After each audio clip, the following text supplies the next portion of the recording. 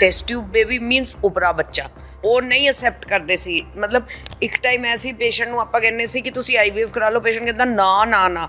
ਅੱਜ ਦੀ ਡੇਟ ਵਿੱਚ ਪੇਸ਼ੈਂਟ ਆਉਂਦਾ ਹੈ, ਸਾਲ ਮੈਰਿਜ ਨੂੰ ਹੁੰਦਾ ਹੈ, ਮੈਂ ਉਹਨਾਂ ਨੂੰ ਕਹਿੰਦੀ ਹਾਂ ਤੁਸੀਂ ਨੈਚੁਰਲ ਟਰਾਈ ਕਰੋ, ਛੋਟੀ ਟੈਕਨੀਕਸ ਨਹੀਂ, ਅਸੀਂ ਤਾਂ IVF ਕਰਾਉਣਾ ਹੈ।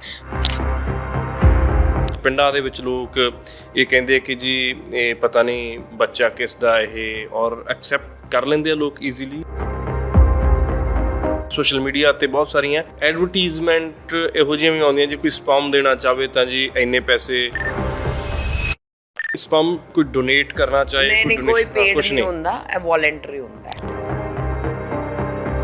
ਮॉल ਵਿੱਚ ਚੱਲ ਰਹੇ ਸੀ, ਘੁੰਮ ਰਹੇ ਸੀ, ਇੱਕ ਪੇਸ਼ੈਂਟ ਮਤਲਬ ਆਇਆ ਬੰਦਾ, ਉਹ ਬੱਚਾ ਫੜਾ ਦਿੱਤਾ, ਤੁਹਾਡਾ ਬੱਚਾ ਹੈ। ਮੈਂ 2 ਮਿੰਟ ਦੇਖਾ ਕੀ ਹੋ ਗਿਆ, ਬੀਬੀ ਦੇ ਤਾਂ ਬੱਚਾ ਨਹੀਂ ਹੋ ਰਿਹਾ, ਇਹਦੇ ਹੱਲ ਪ੍ਰੋਬਲਮ ਹੋਣੀ ਹੈ। ਪਰ ਜਦੋਂ ਤੋਂ ਟੈਕਨੀਕ ਆਈ ਔਰ ਉਸ ਤੋਂ ਬਾਅਦ ਫਿਰ ਲੋਕ ਅਵੇਅਰ ਹੋਏ, ਫਿਰ ਪਤਾ ਲੱਗਿਆ ਕਿ ਔਰਤ ਤਾਂ ਸ਼ਾਇਦ ਬੱਚਾ ਪੈਦਾ ਕਰਨ ਦੀ ਸਮਰੱਥਾ ਰੱਖਦੀ ਹੈ, ਪ੍ਰੋਬਲਮ ਬੰਦੇ ਦੇ ਵਿੱਚ ਵੀ ਹੈਗੀ ਹੈ। ਇਹ ਪ੍ਰੋਬਲਮਸ ਕਦੋਂ ਤੋਂ ਸ਼ੁਰੂ ਹੋਈਆਂ ਔਰ ਕਿਹੜੀ ਇਹੋ ਜਿਹੀ ਵਜ੍ਹਾ ਜਿਹਦੇ ਕਰਕੇ ਬਾਂਝਪਨ ਦੀ ਸਮੱਸਿਆ ਸ਼ੁਰੂ ਹੁੰਦੀ ਹੈ? ਕਿਸੇ ਨੂੰ ਕਹੋ ਕਿ ਤੁਸੀਂ 1 ਮਹੀਨਾ ਵੀ ਵੇਟ ਕਰ ਲਓ, ਕੋਈ ਵੇਟ ਨਹੀਂ ਕਰਕੇ। ਮਤਲਬ ਮੈਂ ਦੇਖਿਆ ਪੇਸ਼ੈਂਟਸ 6 ਮਹੀਨੇ ਬਾਅਦ ਅਸੀਂ IVF ਕਰਾਉਣਾ ਹੈ, ਮਤਲਬ ਅਨਹਰਡ ਥਿੰਗਸ ਹੋ ਗਈ ਹੈ। ਵਿਆਹ ਤੋਂ 6 ਮਹੀਨੇ ਬਾਅਦ? ਹਾਂ, ਕਿ ਕਰਾਉਣਾ ਹੈ, ਨਹੀਂ ਜੀ ਫੈਮਿਲੀ ਪ੍ਰੈਸ਼ਰ ਹੈ, ਲੇਟ ਮੈਰਿਜ ਹੋਈ ਹੈ, ਹੁਣੇ ਚਾਹੀਦਾ ਬੱਚਾ। ਕਿਸੇ ਨੂੰ ਹੁੰਦਾ ਕਿ ਨਹੀਂ ਮੈਂ ਬਾਹਰ ਜਾਣਾ, ਮੇਰਾ ਵੀਜ਼ਾ ਲੱਗ ਗਿਆ, ਹੁਣ ਮੈਂ ਪ੍ਰੈਗਨੈਂਸੀ ਲੈ ਕੇ ਜਾਣਾ, ਪਤਾ ਨਹੀਂ ਹਸਬੈਂਡ ਕਦ ਆਣਗੇ, ਹਸਬੈਂਡ ਬਾਹਰ ਜਾ ਰਹੇ, ਪਤਾ ਨਹੀਂ 2-2.5 ਸਾਲ ਆਣਗੇ ਨਹੀਂ, ਤੇ ਬੇਬੀ ਚਾਹੀਦਾ ਹੈ। ਸੋ ਬਹੁਤ ਸਾਰੇ ਚੇਂਜਸ ਆ ਗਏ ਹੈ। 23 ਸਾਲ ਤੋਂ ਲੈ ਕੇ 27 ਸਾਲ ਤੱਕ ਵੱਡੀ ਉਮਰ ਹੋ ਜਾਂਦੀ ਸੀ ਕਿ ਮੈਰਿਜ ਹੋ ਜਾਣੀ ਚਾਹੀਦੀ ਹੈ, ਮਤਲਬ 25 ਸਾਲਾਂ ਵਿੱਚ ਬੱਚਾ ਹੋ ਜਾਣਾ ਚਾਹੀਦਾ ਹੈ। ਹੁਣ ਅੱਜ ਕੱਲ੍ਹ ਮੈਰਿਜ ਹੀ 30 ਵਿੱਚ ਹੁੰਦੀ ਹੈ। ਦੇਖੋ ਹੁਣ ਗਰਲਸ ਦੀ, ਲੇਡੀਜ਼ ਦੀ ਐਗ ਬਣਨ ਦੀ ਕਪੈਸਿਟੀ, ਮੈਨੋਪੌਜ਼ ਇੰਨੀ ਛੇਤੀ ਹੋਣ ਲੱਗਿਆ ਹੈ। ਹਰ ਸ਼ਹਿਰ ਦੇ ਵਿੱਚ IVF ਸੈਂਟਰ ਇੰਨੇ ਜ਼ਿਆਦਾ ਖੁੱਲ ਰਹੇ ਹੈ ਕਿ ਇੰਨੀ ਜ਼ਿਆਦਾ ਬਾਂਝਪਨ ਦੀ ਸਮੱਸਿਆ ਵੱਧ ਰਹੀ ਹੈ। ਜੇ ਕੋਈ ਚਾਹੇ ਕਿ ਬੱਚੇ ਦੀਆਂ ਅੱਖਾਂ ਇਹੋ ਜਿਹੀਆਂ ਹੋਣ, ਕਲਰ ਇਹੋ ਜਿਹਾ ਹੋਵੇ, ਫੇਸ ਇਹੋ ਜਿਹਾ ਹੋਵੇ, ਲਿਪਸ ਇਹੋ ਜਿਹੇ ਹੋਣ, IVF ਦੇ ਥਰੂ ਪੋਸੀਬਲ ਹੈਗਾ ਇਹ? ਬਹੁਤ ਜ਼ਿਆਦਾ ਸਟ੍ਰੈਸ ਹੋਣ ਕਰਕੇ ਲੋਕਾਂ ਦੇ ਬੱਚੇ ਨਹੀਂ ਹੋ ਪਾ ਰਹੇ। ਮੈਨੂੰ ਲੱਗਦਾ ਸਭ ਤੋਂ ਵੱਧ ਸਟ੍ਰੈਸ ਤਾਂ ਡਾਕਟਰਾਂ ਤੇ ਰਹਿੰਦਾ, ਡਾਕਟਰ ਵੀ IVF ਕਰਾਉਂਦੇ ਆ। ਵੀ ਲੁਧਿਆਣਾ ਦੇ ਵਿੱਚ 30 ਸਾਲ ਪਹਿਲਾਂ ਤੁਸੀਂ ਆਪਣਾ ਹਸਪੀਟਲ ਸਟਾਰਟ ਕੀਤਾ, IVF ਦੇ ਬਾਰੇ ਕੋਈ ਖਾਸ ਮੋਟੀਵੇਸ਼ਨ ਸੀ ਤੁਹਾਨੂੰ? ਕਿਤੇ ਬਾਹਰੋਂ ਵਿਦੇਸ਼ ਤੋਂ ਤੁਸੀਂ ਦੇਖਿਆ ਕਿ ਇਸ ਤਰੀਕੇ ਨਾਲ ਪ੍ਰਕਿਰਿਆ ਚੱਲਦੀ ਹੈ ਔਰ ਆਉਣ ਵਾਲੇ ਸਮੇਂ ਦੇ ਵਿੱਚ ਇਹ ਹਰ ਥਾਂ ਤੇ, ਹਰ ਸ਼ਹਿਰ ਦੇ ਵਿੱਚ ਇੰਨੇ ਸਿਸਟਰ ਖੁੱਲ ਜਾਣੇ, ਲੱਗਦਾ ਸੀ ਤੁਹਾਨੂੰ? ਜਿੰਨੇ ਮੇਰੇ ਸਾਰੇ ਨਾਲ ਦੇ ਸੀ ਉਹ ਮਤਲਬ ਨਾ ਮਖੌਲ ਕਰਦੇ ਸੀ ਕਿ ਮਤਲਬ ਤੂੰ ਸਿਰਫ 98% ਪੋਪੂਲੇਸ਼ਨ ਨੂੰ ਛੱਡ ਕੇ, ਉਸ ਟਾਈਮ ਬਹੁਤ ਘੱਟ ਸੀ ਬਾਂਝਪਨ ਦੀ ਸਮੱਸਿਆ, ਤੁਸੀਂ ਮਤਲਬ ਤੂੰ 2% ਕਿਉਂ ਪਬਲਿਕ ਨੂੰ ਕੇਟਰ ਕਰਨਾ ਚਾਹੁੰਦੀ ਹੈ? ਮਤਲਬ ਕਿ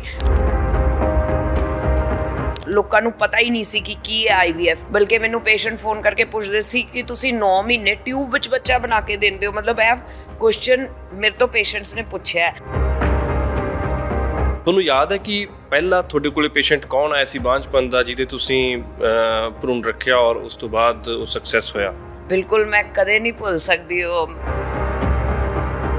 ਉਸ ਟਾਈਮ ਇੰਨਾ ਇਕਵਿਪਮੈਂਟ ਵੀ ਨਹੀਂ ਸੀ, ਸਾਰਾ ਇੰਪੋਰਟ ਕਰਦੇ ਸੀ, ਹੁਣ ਤਾਂ ਇੰਡੀਆ ਵਿੱਚ ਵੀ ਮਿਲਦਾ ਹੈ। ਤੇ ਕੀਤਾ, ਫਿਰ ਉਹਦਾ ਰਿਜ਼ਲਟ ਆਇਆ, ਬਹੁਤ ਖੁਸ਼ੀ ਹੋਈ। ਮਤਲਬ ਇੰਜ ਲੱਗਿਆ ਕਿ ਮੈਂ ਇੱਕ ਐਗਜ਼ਾਮ ਪਾਸ ਕਰ ਲਿਆ ਹੋਰ।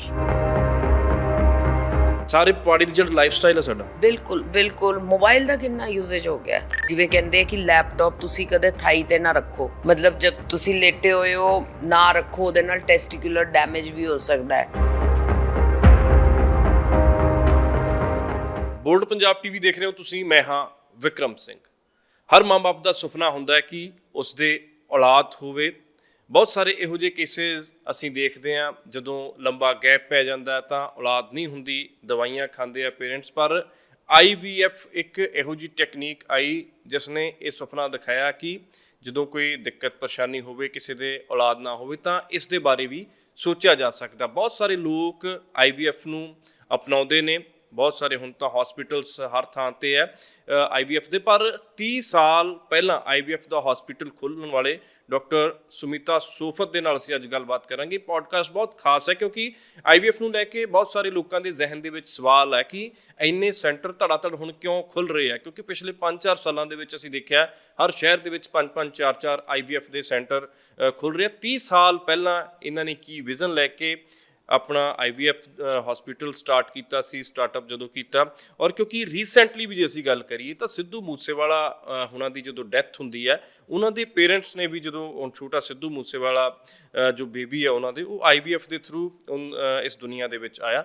ਡਾਕਟਰ ਸੁਮਿਤਾ ਸੋਫਤ ਦੇ ਨਾਲ ਅਸੀਂ ਗੱਲਬਾਤ ਕਰਾਂਗੇ ਉਹਨਾਂ ਦੀ ਜਰਨੀ ਨੂੰ ਲੈ ਕੇ, IVF ਦੇ ਬਾਰੇ, ਔਰ ਬਹੁਤ ਸਾਰੇ ਸਵਾਲ ਹੈ ਲੋਕਾਂ ਦੇ ਜ਼ਿਹਨ ਦੇ, ਉਹ ਇਹਨਾਂ ਤੋਂ ਸਿੱਧੇ ਪੁੱਛਾਂਗੇ ਕਿ ਕੀ ਕੰਪਲਿਕੇਸ਼ਨਸ ਨੇ ਔਰ ਕਿਸ ਤਰੀਕੇ ਦੇ ਨਾਲ IVF ਹੁੰਦਾ ਹੈ। ਮੈਮ ਬਹੁਤ ਬਹੁਤ ਸਵਾਗਤ ਹੈ ਤੁਹਾਡਾ ਬੋਲਡ ਪੰਜਾਬ TV। ਸਤਿ ਸ਼੍ਰੀ ਅਕਾਲ ਜੀ। ਸਤਿ ਸ਼੍ਰੀ ਅਕਾਲ। ਠੀਕ ਠਾਕ ਹੋ ਤੁਸੀਂ? ਬਿਲਕੁਲ, ਬਹੁਤ ਵਧੀਆ। ਬਹੁਤ ਸੁਣਿਆ ਤੁਹਾਡੇ ਬਾਰੇ ਔਰ ਥੈਂਕ ਯੂ, ਤੁਸੀਂ ਸਮਾਂ ਦਿੱਤਾ ਮੁਲਾਕਾਤ ਦੇ ਲਈ। IVF ਦੇ ਬਾਰੇ ਮੈਂ ਜਾਣਨਾ ਚਾਹੁੰਦਾ ਕਿਉਂਕਿ ਬਹੁਤ ਸਾਰੇ ਸਵਾਲ ਹੈ ਲੋਕਾਂ ਦੇ ਜ਼ਿਹਨ ਦੇ, ਉਹਦੇ ਬਾਰੇ ਵੀ ਗੱਲ ਕਰਾਂਗੇ, ਜਰਨੀ ਬਾਰੇ ਗੱਲ ਕਰਾਂਗੇ। ਕਿਉਂਕਿ ਅਸੀਂ ਤਾਂ ਜਦੋਂ ਦੀ ਸੁਰ ਸੰਭਾਲੀ, ਮੇਰਾ ਖਿਆਲ ਉਸ ਤੋਂ ਬਾਅਦ 5 ਸਾਲਾਂ ਤੋਂ ਜ਼ਿਆਦਾ IVF, 5-7 ਸਾਲਾਂ ਤੋਂ IVF ਦੇ ਬਾਰੇ ਜ਼ਿਆਦਾ ਸੁਣਨ ਲੱਗੇ। ਵੱਡੇ ਸ਼ਹਿਰਾਂ ਦੇ ਵਿੱਚ ਤਾਂ ਆਮ ਤੌਰ 'ਤੇ IVF ਦੀ ਚਰਚਾ ਹੁੰਦੀ ਹੈ, ਪਰ ਪੰਜਾਬ ਦੇ ਵਿੱਚ ਔਰ ਉਹ ਵੀ ਲੁਧਿਆਣਾ ਦੇ ਵਿੱਚ 30 ਸਾਲ ਪਹਿਲਾਂ ਤੁਸੀਂ ਆਪਣਾ ਹਸਪੀਟਲ ਸਟਾਰਟ ਕੀਤਾ। IVF ਦੇ ਬਾਰੇ ਕੋਈ ਖਾਸ ਮੋਟੀਵੇਸ਼ਨ ਸੀ ਤੁਹਾਨੂੰ? ਕਿਤੇ ਬਾਹਰੋਂ ਵਿਦੇਸ਼ ਤੋਂ ਤੁਸੀਂ ਦੇਖਿਆ ਕਿ ਇਸ ਤਰੀਕੇ ਨਾਲ ਪ੍ਰਕਿਰਿਆ ਚੱਲਦੀ ਹੈ ਔਰ ਆਉਣ ਵਾਲੇ ਸਮੇਂ ਦੇ ਵਿੱਚ ਇਹ ਹਰ ਥਾਂ ਤੇ, ਹਰ ਸ਼ਹਿਰ ਦੇ ਵਿੱਚ ਇੰਨੇ ਸੈਂਟਰ ਖੁੱਲ ਜਾਣੇ, ਲੱਗਦਾ ਸੀ ਤੁਹਾਨੂੰ? ਦੇਖੋ, ਮੇਰੀ ਜਦ ਜਰਨੀ ਸਟਾਰਟ ਹੋਈ, ਮੈਂ ਪੋਸਟ ਗ੍ਰੈਜੂਏਸ਼ਨ ਆਬਸਟੈਟਿਕਸ ਤੇ ਗਾਇਨੀ ਵਿੱਚ DMC ਵਿੱਚ ਕੀਤੀ। ਉਸ ਤੋਂ ਬਾਅਦ ਹਮੇਸ਼ਾ ਸੀ ਕਿ ਕੁਛ ਨਾ ਕੁਛ ਡਿਫਰੈਂਟ ਕਰਨਾ ਹੈ। ਮੇਰੇ ਹਮੇਸ਼ਾ ਦਿਲ ਵਿੱਚ ਸੀ ਕਿ ਕੁਛ ਨਾ ਕੁਛ ਡਿਫਰੈਂਟ ਕਰਨਾ ਹੈ। ਤੇ ਜਦ ਮੈਂ ਪ੍ਰੈਕਟਿਸ 'ਚ ਆਈ ਇਹ, ਤੇ ਮੈਂ ਇੱਕ ਚੀਜ਼ ਰਿਅਲਾਈਜ਼ ਕੀਤੀ ਕਿ ਕੋਈ ਵੀ ਡੈਡੀਕੇਟਿਡ IVF ਸੈਂਟਰ ਨਹੀਂ ਹੈ। ਮਤਲਬ ਬਹੁਤ ਸਾਰੇ ਪੇਸ਼ੈਂਟਸ ਆਨੇ ਜਿਨ੍ਹਾਂ ਨੂੰ ਪ੍ਰੈਗਨੈਂਸੀ ਨਹੀਂ ਹੁੰਦੀ, ਜਿਨ੍ਹਾਂ ਨੂੰ IVF ਦੀ ਲੋੜ ਸੀ, ਪਰ ਦੇਖਿਆ ਜਾਏ ਤਾਂ ਉਸ ਟਾਈਮ ਮਤਲਬ ਨਾ ਤਾਂ ਅਵੇਅਰਨੈਸ ਸੀ, ਨਾ ਕੋਈ ਟ੍ਰੇਨਿੰਗ ਸੈਂਟਰ ਸੀ। ਮਤਲਬ ਬਿਲਕੁਲ ਡਾਰਕਨੈਸ ਸੀ ਕਿ IVF ਨੂੰ ਲੈ ਕੇ ਕਿ ਕਿਵੇਂ ਪ੍ਰੋਸੀਡ ਕਰਨਾ ਹੈ। ਤੇ ਮੇਰਾ ਇੰਟਰਸਟ ਹਮੇਸ਼ਾ ਸੀ ਕਿ ਕੁਛ ਨਾ ਕੁਛ ਡਿਫਰੈਂਟ ਕਰਾਂ। ਸੋ ਇੰਜ ਮਤਲਬ ਉਸ ਟਾਈਮ ਤਾਂ ਨਾ ਫਾਈਨੈਂਸਿਸ ਸੀ, ਫਰੈਂਕਲੀ ਟੇਲਿੰਗ ਯੂ। ਮਤਲਬ PG ਪਾਸ ਆਊਟ ਕਰਕੇ ਇੰਨਾ ਕੋਸਟਲੀ ਇਕੁਇਪਮੈਂਟ, ਬਹੁਤ ਮਨ ਵਿੱਚ ਸਵਾਲ ਸੀ ਕਿ ਪਤਾ ਨਹੀਂ ਇਹ ਕਨਸੈਪਟ ਚੱਲੇਗਾ ਨਹੀਂ ਚੱਲੇਗਾ, ਕਿ ਸਕਸੈਸ ਵੀ ਦੇਣਾ, ਕਿਉਂਕਿ ਇਹ ਇਹੋ ਜਿਹਾ ਕੰਮ ਹੈ, ਤੁਸੀਂ ਕੁਝ ਖੋਲ੍ਹ ਲਓ ਅਤੇ ਉਹਦੇ ਵਿੱਚ ਤੁਹਾਨੂੰ ਰਿਜ਼ਲਟਸ ਵੀ ਦੇਣੇ ਪੈਣਗੇ। ਸੋ ਹੌਲੀ ਹੌਲੀ ਜਦ ਡਿਸਾਈਡ ਕੀਤਾ, ਟ੍ਰੇਨਿੰਗਸ ਲੈ ਕੇ ਆਈ ਮੈਂ ਸਾਰੀਆਂ, ਅਤੇ IVF ਸੈਂਟਰ ਇੱਕ ਖੋਲ੍ਹਿਆ ਅਤੇ ਡੈਡੀਕੇਟਿਡ ਸੈਂਟਰ ਖੋਲ੍ਹਿਆ। ਅਤੇ ਜਿੰਨੇ ਮੇਰੇ ਸਾਰੇ ਨਾਲ ਦੇ ਸੀ ਉਹ ਮਤਲਬ ਨਾ ਮਖੌਲ ਕਰਦੇ ਸੀ ਕਿ ਮਤਲਬ ਤੂੰ ਸਿਰਫ 98% ਪੋਪੂਲੇਸ਼ਨ ਨੂੰ ਛੱਡ ਕੇ, ਉਸ ਟਾਈਮ ਬਹੁਤ ਘੱਟ ਸੀ ਬਾਂਝਪਨ ਦੀ ਸਮੱਸਿਆ, ਤੁਸੀਂ ਮਤਲਬ ਤੂੰ 2% ਕਿਉਂ ਪਬਲਿਕ ਨੂੰ ਕੇਟਰ ਕਰਨਾ ਚਾਹੁੰਦੀ ਹੈ? ਮਤਲਬ ਕਿ ਕਿਵੇਂ ਹੋਏਗਾ ਸਾਰਾ ਕੁਛ? ਸਾਰੇ ਮੈਨੂੰ ਕਹਿੰਦੇ ਸੀ ਅਤੇ ਮੇਰੇ ਦਿਲ ਵਿੱਚ ਹੁੰਦਾ ਸੀ ਹੁਣ ਕਰਕੇ ਦਿਖਾਣਾ ਹੈ, ਮਤਲਬ ਕਰਨਾ ਹੀ ਹੈ। ਅਤੇ ਜਿਵੇਂ ਜਿਵੇਂ ਪੇਸ਼ੈਂਟਸ ਆਉਣੇ ਸ਼ੁਰੂ ਹੋਏ, ਉਸ ਟਾਈਮ ਅਵੇਅਰਨੈਸ ਦੀ ਕੋਈ ਲੋਕਾਂ ਨੂੰ ਪਤਾ ਹੀ ਨਹੀਂ ਸੀ ਕਿ ਕੀ ਹੈ IVF। ਬਲਕਿ ਮੈਨੂੰ ਪੇਸ਼ੈਂਟ ਫੋਨ ਕਰਕੇ ਪੁੱਛਦੇ ਸੀ ਕਿ ਤੁਸੀਂ 9 ਮਹੀਨੇ ਟਿਊਬ ਵਿੱਚ ਬੱਚਾ ਬਣਾ ਕੇ ਦਿੰਦੇ ਹੋ। ਮਤਲਬ ਇਹ ਕੁਐਸਚਨ ਮੇਰੇ ਤੋਂ ਪੇਸ਼ੈਂਟਸ ਨੇ ਪੁੱਛਿਆ, ਅਤੇ ਫਿਰ ਉਹਨਾਂ ਨੂੰ ਐਕਸਪਲੇਨ ਕਰਨਾ ਕਿ ਅਵੇਅਰਨੈਸ ਕਿਵੇਂ ਸਪਰੈਡ ਕਰਨੀ। ਇੱਕ ਤਾਂ ਇਹ ਸੀ, ਫਿਰ ਉਸ ਤੋਂ ਬਾਅਦ ਦੀ ਹੌਲੀ ਹੌਲੀ ਕਰਕੇ ਪੇਸ਼ੈਂਟਸ ਆਉਣ ਲੱਗੇ, ਕਾਉਂਸਲਿੰਗ ਸ਼ੁਰੂ ਹੋਈ ਉਹਨਾਂ ਦੀ। ਧੀਰੇ ਹੌਲੀ ਹੌਲੀ ਕਰਕੇ ਸਾਰਾ ਇਕੁਇਪਮੈਂਟ ਆਇਆ। ਫਿਰ ਦੇਖਿਆ ਕਿ ਇਕੁਇਪਮੈਂਟ ਐਟ ਪਾਰ ਲੈ ਕੇ ਆਉਣਾ ਹੈ ਇੰਟਰਨੈਸ਼ਨਲ ਸਟੈਂਡਰਡਸ ਨਾਲ। ਇੱਕ ਟਾਈਮ 'ਤੇ ਪੰਜਾਬ ਵਿੱਚ ਮਤਲਬ ਕੋਈ ਵੀ ਡੈਡੀਕੇਟਿਡ ਸੈਂਟਰ ਨਹੀਂ ਸੀ। ਫਿਰ ਸੈਂਟਰ ਖੁੱਲ੍ਹਿਆ, ਪੇਸ਼ੈਂਟਸ ਨੂੰ ਰਿਜ਼ਲਟਸ ਆਉਣ ਲੱਗੇ, ਪ੍ਰੈਗਨੈਂਸੀਜ਼ ਹੋਣ ਲੱਗਿਆ, ਅਤੇ ਉਹਦੇ ਨਾਲ ਹੋਰ ਸਾਰਾ ਸਿਸਟਮ ਚੱਲ ਪਿਆ। ਮਤਲਬ ਬਹੁਤ ਡਿਫਿਕਲਟ ਜਰਨੀ ਰਹੀ ਹੈ ਇਨੀਸ਼ੀਅਲੀ। ਇੱਕ ਹੋਰ ਬਹੁਤ ਡਿਫਿਕਲਟ ਚੀਜ਼ ਸੀ ਕਿ ਤੁਸੀਂ ਅਵੇਅਰਨੈਸ ਕਿਵੇਂ ਕਰੋਗੇ ਮਰੀਜ਼ਾਂ ਨੂੰ? ਮਤਲਬ ਅੱਜ ਕੱਲ੍ਹ ਤਾਂ ਦੇਖੋ ਗੂਗਲ ਹੈ, ਸਾਡੇ ਟਾਈਮ 'ਤੇ ਕੋਈ ਗੂਗਲ ਨਹੀਂ, ਸੋਸ਼ਲ ਮੀਡੀਆ ਨਹੀਂ ਸੀ। ਇਨਫੈਕਟ ਮੋਬਾਈਲ ਵੀ ਉਸ ਟਾਈਮ ਲਾਂਚ ਹੋਏ ਸੀ, ਸੋਸ਼ਲ ਮੀਡੀਆ ਬਾਰੇ ਤਾਂ ਕਿਸੇ ਨੇ ਸੁਣਿਆ ਹੀ ਨਹੀਂ ਸੀ। TV ਵਗੈਰਾ ਚੱਲਦਾ ਸੀ ਅਖਬਾਰ ਵਿੱਚ, ਅਤੇ ਕਿਵੇਂ ਅਵੇਅਰਨੈਸ ਸਪਰੈਡ ਕਰਨੀ? ਅਸੀਂ ਕੈਂਪਸ ਲਾਣੇ, ਲੋਕਾਂ ਨੂੰ IVF ਬਾਰੇ ਦੱਸਣਾ। ਅਤੇ ਲੋਕਾਂ ਵਿੱਚ ਵੀ ਬੜੇ ਸਵਾਲ ਹੁੰਦੇ ਸੀ ਕਿ ਟੈਸਟ ਟਿਊਬ ਬੇਬੀ ਮੀਨਸ ਉਪਰਾ ਬੱਚਾ, ਮਤਲਬ ਉਹ ਨਹੀਂ ਅਸੈਪਟ ਕਰਦੇ ਸੀ ਪਬਲਿਕ। ਕਹਿੰਦੀ ਮਤਲਬ ਇੱਕ ਟਾਈਮ ਐਸੀ ਪੇਸ਼ੈਂਟ ਨੂੰ ਆਪਾਂ ਕਹਿੰਦੇ ਸੀ ਕਿ ਤੁਸੀਂ IVF ਕਰਾ ਲਓ, ਪੇਸ਼ੈਂਟ ਕਹਿੰਦਾ ਨਾ ਨਾ ਨਾ। ਅੱਜ ਦੀ ਡੇਟ ਵਿੱਚ ਪੇਸ਼ੈਂਟ ਆਉਂਦਾ, ਸਾਲ ਮੈਰਿਜ ਨੂੰ ਹੁੰਦਾ, ਮੈਂ ਉਹਨਾਂ ਨੂੰ ਕਹਿੰਦੀ ਹਾਂ ਤੁਸੀਂ ਨੈਚੁਰਲ ਟਰਾਈ ਕਰੋ, ਛੋਟੀ ਟੈਕਨੀਕਸ ਨਹੀਂ, ਅਸੀਂ ਤਾਂ IVF ਕਰਾਉਣਾ ਹੈ। ਸੋ ਮੇਰੀ ਇਹ 30 ਸਾਲਾਂ ਦੀ ਜਰਨੀ ਵਿੱਚ ਮੈਂ ਇੰਨਾ ਚੇਂਜ ਦੇਖਿਆ ਹੈ, ਇੰਨੀ ਪ੍ਰੋਗਰੈਸ ਦੇਖੀ ਹੈ। ਮਤਲਬ ਜਿਵੇਂ ਕਹਿ ਲਓ ਕਿ ਹਰ ਚੀਜ਼ ਵਿੱਚ ਇੰਨੀ ਪ੍ਰੋਗਰੈਸ ਹੋਈ ਹੈ। ਸੋ ਉੱਥੋਂ ਰਾਈਜ਼ ਕਰਕੇ ਇੱਥੇ ਆਉਣਾ, ਫਿਰ ਮੇਨਟੇਨ ਕਰਨਾ, ਮਤਲਬ ਆਪਣਾ ਰਿਜ਼ਲਟ, ਆਪਣਾ ਸਕਸੈਸ ਰੇਟ, ਅਤੇ ਨਾਲ ਹੀ ਸਾਰੀ ਸਟੱਡੀਜ਼ ਕਰਨਾ, ਦੇਖਣਾ ਕਿ ਕੀ ਚੀਜ਼ ਰਿਜ਼ਲਟ ਦਿੰਦੀ ਹੈ, ਕੀ ਨਹੀਂ ਦਿੰਦੀ, ਆਪਣਾ ਡਾਟਾ ਇਕੱਠਾ ਕਰਨਾ, ਫਿਰ ਉਹਨੂੰ ਇੰਟਰਨੈਸ਼ਨਲ ਫੋਰਮਸ 'ਤੇ ਪ੍ਰੋਜੈਕਟ ਕਰਨਾ ਕਿ ਹਾਂ ਆਪਾਂ ਵੀ ਕੁਝ ਮਤਲਬ ਹੁਣ ਪੇਸ਼ੈਂਟ ਪਹਿਲੇ ਜਦ ਮੈਂ ਖੋਲਿਆ ਸੀ ਸੈਂਟਰ, ਪੇਸ਼ੈਂਟ ਕਹਿੰਦੇ ਸੀ ਆਪਾਂ ਤਾਂ ਬੰਬੇ ਜਾਣਾ ਹੈ ਆਈਵੀਐਫ ਕਰਾਉਣ, ਜਿਨ੍ਹਾਂ ਕੋਲ ਬਹੁਤ ਪੈਸੇ ਹੁੰਦੇ ਸੀ ਉਹ ਆਪਾਂ ਅਬਰੋਡ ਜਾਣਾ ਹੈ। ਮਤਲਬ ਉਸ ਸਟੇਜ ਤੋਂ ਆ High ਕੇ profile ਅੱਜ ਦੀ ਲੋਕ ਡੇਟ ਹੁੰਦੇ ਨੂੰ ਹੋਣਗੇ। ਪੇਸ਼ੈਂਟ ਕਹਿੰਦੇ ਆ ਅਸੀਂ ਲੁਧਿਆਣੇ ਆਈਵੀਐਫ ਕਰਾਉਣ ਜਾਣਾ ਹੈ। ਮੈਡਮ ਉਦੋਂ ਮੇਰਾ ਖਿਆਲ ਹਾਈ ਪ੍ਰੋਫਾਈਲ ਜਿਹੜੇ ਲੋਕ ਹੋਣਗੇ ਉਹੀ ਆਈਵੀਐਫ ਕਰਾਉਂਦੇ ਹੋਣਗੇ, ਆਮ ਬੰਦਾ ਤਾਂ ਨਹੀਂ, ਬਿਲਕੁਲ ਮਿਡਲ ਕਲਾਸ ਤਾਂ ਨਹੀਂ। ਅਵੇਅਰਨੈਸ ਹੀ ਨਹੀਂ ਸੀ ਲੋਕਾਂ ਨੂੰ, ਸੀ ਕਿ ਆਈਵੀਐਫ ਹੈ ਚਲੋ ਬੰਬੇ ਚਲੇ ਜਾਓ, ਕਿਉਂਕਿ ਉੱਥੋਂ ਸਟਾਰਟ ਹੋਇਆ ਸਾਰਾ ਸਿਸਟਮ। बॉम्बे चले जाओ, कैलकाटा चले जाओ या बाहर चले जाओ, अब्रॉड चले जाओ, मतलब जो बहुत जिन्हां दे रिलेटिव्स बाहर सी या वैल सैटल बाहर सी वो बाहर ही जाते सी, क्योंकि इत्थे अवेलेबल ही नहीं सी ना फैसिलिटीज़ ना इक्विपमेंट ना एक्सपर्टाइज। सो हुण अज दी डेट मेरी 30 साल की जर्नी विच पेशेंट आके कहता है, ईवन दूरों मेरे को ऑल ओवर इंडिया तो पेशेंट आता है, देखो बाई वर्ड ऑफ माउथ, कोई आया कोई कितने ट्रांसफर हो गया या किहड़े भी एरिया च है, वो आके कहते जी असी लुधियाना डॉक्टर सोफत को आईवीएफ कराना है। सो पेशेंट का विश्वास बन गया एक किस्म नाल, रिजल्ट्स आते हैं, सक्सैस आता है, चैलेंजेस आते हैं, फेलियर्स भी आते हैं, हर स्टैप विच मतलब होंदा है। मतलब अज दी डेट विच भी मैं जब किसी पेशेंट का भरूण रखदी आ अंदर तो वाहिगुरू का नाम जपदी आ, रब का नाम लैंदी आ कि उन्होंने सक्सैस मिले, वो मेरा भी मतलब मैनू भी अच्छा लगता है। और बच्चा इहो जी चीज़ है कि असी ਤੁਸੀਂ ਕਦੇ ਵੀ ਮੁੱਲ ਨਹੀਂ ਖਰੀਦ ਸਕਦੇ, ਨਾ ਮੈਂ ਮੁੱਲ ਖਰੀਦ ਕੇ ਉਹਨਾਂ ਨੂੰ ਦੇ ਸਕਦੀ ਹਾਂ ਨਾ ਉਹ ਖਰੀਦ ਸਕਦੇ। ਇਹ ਤਾਂ ਇੱਕ ਅਨਮੋਲ ਰਤਨ ਹੁੰਦੇ ਹੈ ਜਿਨ੍ਹਾਂ ਨੂੰ ਦੁਨੀਆ ਚਲਾਉਣ ਲਿਆਉਣ ਵਾਸਤੇ ਆਪਾਂ ਉਹਨਾਂ ਦੀ ਮਦਦ ਕਰਦੇ ਆ।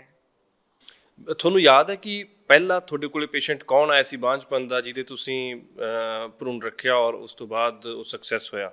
ਬਿਲਕੁਲ ਮੈਂ ਕਦੇ ਨਹੀਂ ਭੁੱਲ ਸਕਦੀ ਉਹ, ਮਤਲਬ ਫਰਸਟ ਆਈਵੀਐਫ ਕੀਤਾ, ਬਿਲਕੁਲ ਫਰਸਟ ਆਈਵੀਐਫ ਕੀਤਾ, ਇੰਨੀ ਚੈਲੰਜਸ उस टाइम मैं ना इक्विपमेंट भी नहीं सी, सारा इंपोर्ट करते सी, हुण तां इंडिया विच भी मिलदा है ते कीता। फिर उहदा रिजल्ट आया, बहुत खुशी हुई, मतलब इंज लग्या कि मैं एक एग्जाम पास कर लिया होर। ठीक है, मैं तुहानूं दसदी हां, 5-6 महीने पुरानी गल है, एक पेशेंट आया, उहदे नाल एक कुड़ी आई, मेरे ख्याल 25 साल दी सी ते मैं रिकोगनाइज नहीं कर पाई। नॉर्मली मैनूं पेशेंट्स याद रहिंदे पर कई बार नहीं याद, ते वो आके कहंदी जी देखो ਅੱਜ ਇਹਦਾ ਵੀਜ਼ਾ ਆ ਗਿਆ, ਬਾਹਰ ਜਾ ਰਹੀ ਹੈ, ਤੇ ਮੈਂ ਇਹਨੂੰ ਕਿਹਾ ਕਿ ਚਲ ਤੇਰੀ ਡਾਕਟਰ ਨੂੰ ਮਿਲਾ ਕੇ ਆ। ਉਹ ਮੇਰੇ ਤੋਂ ਮਤਲਬ ਹੋਈ ਸੀ, ਇਮੈਜਿਨ ਕਰੋ, she is 25 years, she is going abroad, ਉਹਦੀ ਮੈਰਿਜ ਫਿਕਸ ਹੋ ਗਈ ਹੈ, ਉਹ ਮਤਲਬ ਆਪਣੀ ਨਈ ਇੱਕ ਲਾਈਫ ਦਾ ਪੜਾਅ ਸ਼ੁਰੂ ਕਰਨ ਲੱਗੀ ਹੈ। ਤੇ ਇਹੋ ਜਿਹੀਆਂ ਚੀਜ਼ਾਂ ਨਾ ਕਦੇ ਭੁੱਲਦੀਆਂ ਨਹੀਂ ਇਨਸਾਨ ਨੂੰ। ਕੋਈ ਬਹੁਤ ਕੇਸਿਸ ਹੁੰਦੇ ਹੈ, ਵੈਸੇ ਤਾਂ ਹਰ ਕੇਸ ਹੀ ਸਪੈਸ਼ਲ ਹੁੰਦਾ ਹੈ, ਪਰ ਕਈ ਡਿਫਿਕਲਟ ਕੇਸਿਸ ਹੁੰਦੇ ਆ, ਲੋਕਾਂ ਨੂੰ ਨਾ ਹੋਈ ਹੁੰਦੀ ਹੈ ਥਾਂ ਥਾਂ ਤੋਂ। ਔਰ ਇਹ ਨਾ ਬੜਾ ਇਮੋਸ਼ਨਲ ਜਰਨੀ ਹੈ ਸਾਡੇ ਵਾਸਤੇ ਵੀ, ਪੇਸ਼ੈਂਟ ਵਾਸਤੇ ਵੀ, ਕਿਉਂਕਿ ਜਦ ਪੇਸ਼ੈਂਟ ਦਾ ਰਿਜ਼ਲਟ ਨਹੀਂ ਆਉਂਦਾ, ਨੈਗੇਟਿਵ ਹੁੰਦਾ, ਸਾਨੂੰ ਵੀ ਬਹੁਤ ਫੀਲ ਹੁੰਦਾ। ਇੱਕ ਹੋਰ ਚੈਲੰਜ ਹੁੰਦਾ ਕਿ ਹੁਣ ਉਹਨੂੰ ਦੁਬਾਰਾ ਪ੍ਰੈਗਨੈਂਟ ਕਰਨਾ, ਜਿਹਦਾ ਆ ਜਾਏ ਫਿਰ ਆਉਂਦਾ, ਖੁਸ਼ੀ ਇੰਨੀ ਹੁੰਦੀ ਹੈ ਉਹਨਾਂ ਦੇ ਨਾਲ, ਖੁਸ਼ੀ ਸਾਂਝੀ ਕਰਨੀ ਸਾਨੂੰ ਇੰਨੀ ਅੱਛੀ ਲੱਗਦੀ ਹੈ ਨਾ। ਮਤਲਬ ਤੁਸੀਂ ਸੋਚੋ, ਮੈਨੂੰ ਮਿੱਠਾ ਖਾਣ ਦਾ ਬਹੁਤ ਸ਼ੌਕ ਹੈ, ਮਤਲਬ ਮੈਨੂੰ ਬਹੁਤ ਸ਼ੂਗਰ ਕ੍ਰੇਵਿੰਗ ਹੁੰਦੀ ਹੈ, ਮੈਂ ਅਜੇ ਤੱਕ ਮਿਠਾਈ ਨਹੀਂ ਖਰੀਦੀ। ਮਤਲਬ ਇਹੋ ਜਿਹੀ ਕਿਰਪਾ ਹੈ ਨਾ ਰੱਬ ਦੀ ਕਿ ਰੋਜ਼ ਕੋਈ ਨਾ ਕੋਈ ਮਿਠਾਈ ਦਾ ਡੱਬਾ ਆਉਂਦਾ ਮੇਰੇ ਕੋਲ, ਕੋਈ ਨਾ ਕੋਈ ਪੇਸ਼ੈਂਟ ਥੈਂਕਸ ਕਰਨ ਆਉਂਦਾ ਹੈ ਤੇ ਨਾਲ ਆਪਣਾ ਬੱਚਾ ਲੈ ਕੇ ਆਉਂਦਾ ਹੈ। ਬਹੁਤ ਖੁਸ਼ੀ ਹੁੰਦੀ ਹੈ, ਮਤਲਬ ਇਹ ਪ੍ਰੋਫੈਸ਼ਨਲ ਸੈਟੀਸਫੈਕਸ਼ਨ ਹੈ ਜਿਹੜੀ ਮੈਂ 30 ਸਾਲ ਵਿੱਚ ਮਤਲਬ ਮੈਨੂੰ ਹੁੰਦੀ ਹੈ ਹਰ ਵਾਰ। ਜੋ ਤੁਹਾਡੇ ਕੋਲ ਮੈਂ ਪਹਿਲਾ ਕੇਸ ਆਇਆ ਸੀ ਇਨਫਰਟੀਲਿਟੀ ਦਾ, ਔਰ ਉਹਨਾਂ ਨੇ ਲੋਕ ਦਵਾਈਆਂ ਇੱਧਰ ਉੱਧਰੋਂ ਖਾ ਕੇ ਉਸ ਤੋਂ ਬਾਅਦ ਹੀ ਮੇਰਾ ਖਿਆਲ ਜਾਂਦੇ ਆ ਕਿ ਆਈਵੀਐਫ ਟਰਾਈ ਕਰੀ। ਹੁਣ 30 ਸਾਲ ਪਹਿਲਾਂ ਜਿਹੜਾ ਬੰਦਾ ਆਇਆ ਤੁਹਾਡੇ ਕੋਲੇ ਆਈਵੀਐਫ ਵਾਸਤੇ, ਕਿਉਂਕਿ ਉਦੋਂ ਤਾਂ ਉਸ ਤੋਂ ਬਾਅਦ ਤਾਂ ਟੈਕਨੀਕ ਹੀ ਬਹੁਤ ਜ਼ਿਆਦਾ ਬਦਲ ਗਈ, ਬਹੁਤ ਪ੍ਰੋਗਰੈਸ ਆ ਗਈ, 3 ਦਹਾਕੇ ਹੋ ਗਏ, ਕੋਈ ਥੋੜਾ ਸਮਾਂ ਨਹੀਂ ਹੈ ਇਹ। ਉਹ ਕੀ ਸੋਚ ਕੇ ਔਰ ਕੀ ਕਨਵਰਸੇਸ਼ਨ ਸੀ ਤੁਹਾਡੀ, ਯਾਦ ਆ ਤੁਹਾਨੂੰ ਕੁਝ? ਬਿਲਕੁਲ ਉਸ ਸਮੇਂ ਕਿਹੋ ਜਿਹੇ ਸੀ ਪੇਸ਼ੈਂਟ, ਔਰ ਹੁਣ ਪੇਸ਼ੈਂਟ ਦੇ ਦੱਸਣ ਦੇ ਤਰੀਕੇ ਵੀ ਬਦਲ ਗਏ ਹੋਣਗੇ ਵੈਸੇ ਵੀ ਪੇਸ਼ੈਂਟ? ਬਿਲਕੁਲ, ਉਸ ਟਾਈਮ ਪੇਸ਼ੈਂਟ ਨੂੰ ਸਮਝਾਉਣਾ ਕਿ ਟੈਸਟ ਟਿਊਬ ਤੁਸੀਂ ਕਰਾਉਣਾ ਹੈ, ਮਤਲਬ ਤੁਹਾਡੇ ਨੈਚੁਰਲ ਨਹੀਂ ਹੋ ਸਕਦਾ, ਇਹੋ ਜਿਹੀ ਪ੍ਰੋਬਲਮਸ ਹੈ ਤੁਹਾਡੇ ਅੰਦਰ ਕਿ ਨਹੀਂ ਨੈਚੁਰਲੀ ਕਨਸੀਵ ਕਰਨਾ, ਪੇਸ਼ੈਂਟ ਨੂੰ ਕਨਵਿੰਸ ਕਰਨਾ। ਦੇਖੋ 30 ਸਾਲ ਪਹਿਲਾਂ ਮੈਂ ਵੀ ਇੰਨੀ ਸੀਨੀਅਰ ਡਾਕਟਰ ਨਹੀਂ ਸੀ, ਮੇਰੇ ਲਈ ਵੀ ਨਈ ਚੀਜ਼ ਸੀ, ਪੇਸ਼ੈਂਟ ਵਾਸਤੇ ਵੀ ਨਈ ਚੀਜ਼ ਸੀ, ਅਤੇ ਉਹਨੂੰ ਕਨਵਿੰਸ ਕਰਨਾ, ਸਾਰਾ ਸਮਝਾਉਣਾ। ਉਸ ਤੋਂ ਬਾਅਦ ਉਹਨੂੰ ਜਿਹੜੀ ਨਰਵਸਨੈਸ ਹੁੰਦੀ ਸੀ, ਹੁਣ ਹਾਲੇ ਵੀ ਹੁੰਦੀ ਹੈ, ਪਰ ਉਸ ਟਾਈਮ ਬਹੁਤ ਜ਼ਿਆਦਾ ਹੁੰਦਾ ਸਟ੍ਰੈਸ। ਮੈਨੂੰ ਹਾਲੇ ਤੱਕ ਉਹ ਪੇਸ਼ੈਂਟ ਦਾ ਯਾਦ ਹੈ ਨਾ, ਮੈਂ ਦੱਸਾਂਗੀ ਨਹੀਂ। ਮਤਲਬ ਮੈਂ ਫਸਟ ਪੇਸ਼ੈਂਟ ਜਿਹੜਾ ਆਪਣੀ ਲਾਈਫ ਵਿੱਚ ਦੇਖਿਆ ਅਤੇ ਫਿਰ ਉਹ ਪ੍ਰੈਗਨੈਂਟ ਹੋਇਆ। ਉਸ ਟਾਈਮ ਸਾਰਾ ਕੰਮ ਖੁਦ ਕਰਨਾ, ਫਿਰ ਦੇਖਣਾ, ਫਿਰ ਪੜ੍ਹਨਾ, ਸਟੱਡੀਜ਼ ਕਰਨੀਆਂ। ਹਾਲਾਂਕਿ ਅੱਜ ਕੱਲ੍ਹ ਵੀ ਮੈਂ ਮਤਲਬ ਹਮੇਸ਼ਾ ਰਾਤ ਨੂੰ ਕੁਛ ਨਾ ਕੁਛ ਪੜ੍ਹ ਕੇ ਜ਼ਰੂਰ ਸੌਂਦੀ ਹਾਂ, ਮਤਲਬ ਜਿਹੜੀ ਪ੍ਰੋਗਰੈਸ ਹੋ ਗਈ ਹੈ ਜਾਂ ਕਿਵੇਂ ਆਪਾਂ ਹੋਰ ਸਕਸੈਸ ਵਧਾ ਸਕਦੇ ਹਾਂ। ਪਰ ਦੈਟ ਉਹ ਟਾਈਮ ਡਿਫਰੈਂਟ ਸੀ। ਕਨਵਿੰਸ ਕਰਨਾ ਪੇਸ਼ੈਂਟ ਨੂੰ ਬਹੁਤ ਔਖਾ ਹੁੰਦਾ ਸੀ। ਲੇਡੀਜ਼ ਨੂੰ ਕਨਵਿੰਸ ਕਰਨਾ ਔਖਾ ਸੀ ਜਾਂ ਉਹਨਾਂ ਦੇ ਹਸਬੈਂਡ ਨੂੰ, ਜਾਂ ਦੇਖੋ ਦੋਨੇ ਰਾਏ ਬਣਾ ਕੇ ਆਉਂਦੇ ਕਿ ਹੁਣ ਅਖੀਰਲਾ ਆਪਸ਼ਨ ਹੈ ਇਹ ਇੱਥੇ ਜਾਈ? ਜਿਹੜਾ IVF ਦਾ ਪੇਸ਼ੈਂਟ ਹੁੰਦਾ ਹੈ ਨਾ, ਉਹਦੇ ਨਾਲ ਹਮੇਸ਼ਾ ਉਹਦੇ ਰਿਲੇਟਿਵਸ ਵੀ ਹੁੰਦੇ ਆ ਮੋਸਟਲੀ, ਕਿਉਂਕਿ ਜੁਆਇੰਟ ਫੈਮਿਲੀਜ਼ ਹੁੰਦੀ ਹੈ ਸਪੈਸ਼ਲੀ ਪਿੰਡਾਂ ਵਿੱਚ। ਅਗਰ ਆਪਾਂ ਹਸਬੈਂਡ ਵਾਈਫ ਨੂੰ ਕਨਵਿੰਸ ਵੀ ਕਰ ਦਈਏ, ਨਾਲ ਓਲਡਰ ਲੇਡੀਜ਼ ਆਉਂਦੀ ਹੈ, ਰਿਸ਼ਤੇਦਾਰੀ ਵਿੱਚ ਆਉਂਦੇ ਹੈ, 2-3 ਬੰਦੇ ਆਉਂਦੇ ਆ, ਚਲੋ ਉਹਨਾਂ ਨੂੰ ਸਮਝਾ ਦਿੱਤਾ, ਫਿਰ ਉਹ ਗਾਂਹ ਜਾ ਕੇ ਆਪਣੇ ਹੋਰ ਰਿਸ਼ਤੇਦਾਰਾਂ ਨਾਲ ਡਿਸਕਸ ਕਰਾਂਗੇ। ਤੇ ਜਿਹੜੇ ਵਹਿਮ ਔਰ ਭਰਮ ਹੈ ਨਾ ਉਹਨਾਂ ਦੇ ਅੰਦਰ, ਮਤਲਬ ਬਹੁਤ ਸਾਰੇ ਵਹਿਮ ਆ ਜਾਂਦੇ ਆ। ਕਿਸੇ ਨੇ ਕੁਝ ਕਹਿ ਦਿੱਤਾ, ਕਿਸੇ ਨੇ ਕੁਝ ਕਹਿ ਦਿੱਤਾ, ਉਹ ਫਿਰ ਕਸ਼ਮਕਸ਼ ਸ਼ੁਰੂ ਹੋ ਜਾਂਦੀ ਹੈ, ਕਰਾਈਏ ਨਾ ਕਰਾਈਏ, ਕਰਾਈਏ ਨਾ ਕਰਾਈਏ। ਵਹਿਮ ਕਿਸ ਤਰ੍ਹਾਂ ਦੇ ਸੀਗੇ ਉਸ ਸਮੇਂ ਲੋਕਾਂ ਦੇ ਜ਼ਿਹਨ ਦੇ ਵਿੱਚ IVF ਨੂੰ ਲੈ ਕੇ? ਬਿਲਕੁਲ, ਮਤਲਬ ਕਿ ਕਿਉਂਕਿ ਵਹਿਮ ਤਾਂ ਹੁਣ ਵੀ ਲੋਕਾਂ ਦੇ, ਹੁਣ ਵੀ ਵਹਿਮ ਜ਼ਿਹਨ ਤਾਂ ਦੇ ਵਿੱਚ ਹੁਣ ਵੀ ਵਹਿਮ ਹੈ। ਕਹਿ ਲਓ ਜਾਂ ਹੁਣ ਜਿਹੜੀਆਂ ਗੱਲਾਂ ਚੱਲਦੀਆਂ। ਪਰ ਹੁਣ ਇੱਕ ਨਾ ਚੀਜ਼ ਡਿਫਰੈਂਟ ਹੈ। ਹੁਣ ਗੂਗਲ ਆ ਗਿਆ, ਪੇਸ਼ੈਂਟ ਨੂੰ ਕੁਝ ਵੀ ਪੁੱਛਣਾ ਹੁੰਦਾ ਹੈ, ਉਹ ਅੱਜ ਕੱਲ੍ਹ ਤਾਂ AI ਵੀ ਆ ਗਈ ਹੈ, ਚੈਟ GPT ਆ ਗਈ ਹੈ, ਪੇਸ਼ੈਂਟ ਉੱਥੇ ਟਾਈਪ ਕਰਦਾ ਹੈ, ਉਹਨੂੰ ਕਿਸੇ ਤੋਂ ਪੁੱਛਣ ਦੀ ਲੋੜ ਨਹੀਂ। ਪਰ ਉਸ ਟਾਈਮ ਵਹਿਮ, ਜਿਵੇਂ ਕਿ ਹਾਏ ਮੈਂ ਬੱਚਾ IVF ਤੋਂ ਲਵਾਂਗੀ, ਪਤਾ ਨਹੀਂ ਕੀ ਹੋ ਜਾਏਗਾ, ਮੇਰੀ ਹੈਲਥ ਤਾਂ ਨਹੀਂ ਖਰਾਬ ਹੋ ਜਾਏਗੀ, ਮੈਨੂੰ 9 ਮਹੀਨੇ ਮੰਜੇ ਤੇ ਨਹੀਂ ਪੈਣਾ ਪਏਗਾ, ਪਤਾ ਨਹੀਂ ਕੀ ਹੋਏਗਾ, ਜੇ ਨਾ ਹੋਇਆ ਫਿਰ ਘਰ ਵਾਲੇ ਕੀ ਕਹਿਣਗੇ। ਔਰ ਇੱਕ ਹੋਰ ਗੱਲ ਕਿ ਹਸਬੈਂਡ ਉਸ ਟਾਈਮ ਤੇ ਨਾ, ਮਤਲਬ ਨਾ ਹਸਬੈਂਡ ਵਾਈਫ ਦਾ ਦੋਨੋਂ ਕੰਟਰੀਬਿਊਸ਼ਨ ਹੁੰਦਾ ਹੈ। ਅੱਜ ਕੱਲ੍ਹ ਫਿਰ ਵੀ ਥੋੜ੍ਹੀ ਅਵੇਅਰਨੈਸ ਹੈ, ਹਸਬੈਂਡ ਨਾਲ ਆਉਂਦੇ ਹੈ। ਉਸ ਟਾਈਮ ਇੰਨਾ ਨਹੀਂ ਸੀ ਕਿ ਸਿਰਫ ਲੇਡੀ ਨੂੰ ਹੀ ਜ਼ਿਆਦਾ ਕਿਹਾ ਜਾਂਦਾ ਸੀ ਕਿ ਤੇਰੇ ਬੱਚਾ ਨਹੀਂ ਹੋ ਰਿਹਾ, ਮੀਨਸ 100% ਤੇਰੇ ਵਿੱਚ ਹੀ ਪ੍ਰੋਬਲਮ ਹੈ। ਸੋ ਬਹੁਤ ਡਿਫਿਕਲਟ ਹੁੰਦਾ ਸੀ ਹਸਬੈਂਡ ਨੂੰ ਕਨਵਿੰਸ ਕਰਨਾ ਕਿ ਤੁਹਾਡੇ ਅੰਦਰ ਵੀ ਪ੍ਰੋਬਲਮ ਆ ਸਕਦੀ ਹੈ। ਸੋ ਟਾਈਮ ਚੇਂਜ ਹੋ ਰਿਹਾ ਹੈ, ਹੁਣ ਤਾਂ ਗੂਗਲ AI ਪੇਸ਼ੈਂਟ ਨੂੰ ਬਹੁਤ, ਮਤਲਬ ਇੰਨੇ ਸੈਂਟਰ ਖੁੱਲ ਗਏ ਹੈ, ਸਭ ਕੁਝ ਪੇਸ਼ੈਂਟ ਨੂੰ ਪਤਾ ਹੁੰਦਾ ਅੱਧੇ ਹੈ। ਡਾਕਟਰ ਤਾਂ ਮੈਨੂੰ ਲੱਗਦਾ ਹੁਣ ਗੂਗਲ ਤੇ ਦੇਖ ਕੇ ਲੋਕ ਬਣ ਜਾਂਦੇ ਆ, ਅੱਧੀਆਂ ਚੀਜ਼ਾਂ ਉਹਨਾਂ ਨੂੰ ਪਤਾ ਹੁੰਦੀਆਂ ਵੀ ਆਹ ਡਾਕਟਰ ਨੂੰ। ਬਿਲਕੁਲ, ਮੇਰੇ ਕੋਲ ਪੇਸ਼ੈਂਟਸ ਕੁਐਸਚਨ ਪੁੱਛਦੇ ਆ ਤੇ ਮੈਨੂੰ ਵੀ ਅੱਛਾ ਲੱਗਦਾ ਜਦੋਂ ਕੁਐਸਚਨਸ ਪੁੱਛਦੇ ਆ, ਕਿਉਂਕਿ ਫਿਰ ਉਹਨਾਂ ਦੀ ਵੀ ਇਨਵੋਲਵਮੈਂਟ ਹੋ ਜਾਂਦੀ ਹੈ ਟ੍ਰੀਟਮੈਂਟ ਵਿੱਚ, ਤੇ ਮੈਨੂੰ ਵੀ ਯਾਦ ਰਹਿੰਦਾ ਹੈ, ਤੇ ਜਿਹੜੇ ਉਹਨਾਂ ਦੇ ਡਾਊਟਸ ਹੈ ਉਹ ਅਸੀਂ ਕਲੀਅਰ ਕਰਦੇ ਆ। ਇੱਕ ਪ੍ਰੋਸੈਸ ਜਾਨਣਾ ਚਾਹੁੰਦਾ, ਕਿਸ ਤਰ੍ਹਾਂ ਦਾ ਪ੍ਰੋਸੈਸ ਹੁੰਦਾ ਹੈ? ਬਹੁਤ ਸਾਰੇ ਲੋਕਾਂ ਨੂੰ ਨਹੀਂ ਪਤਾ ਹੋਊਗਾ, ਔਰ ਖਾਸ ਤੌਰ ਤੇ 2 ਸ਼ਬਦ ਚੱਲਦੇ ਆ ਸਿਮਿਲਰ, ਇੱਕ ਟੈਸਟ ਟਿਊਬ ਬੇਬੀ ਔਰ ਇੱਕ IVF। ਇਹ ਸੇਮ ਹੈ ਜਾਂ ਫਰਕ ਹੈ ਇਹਨਾਂ ਦੇ ਵਿੱਚ?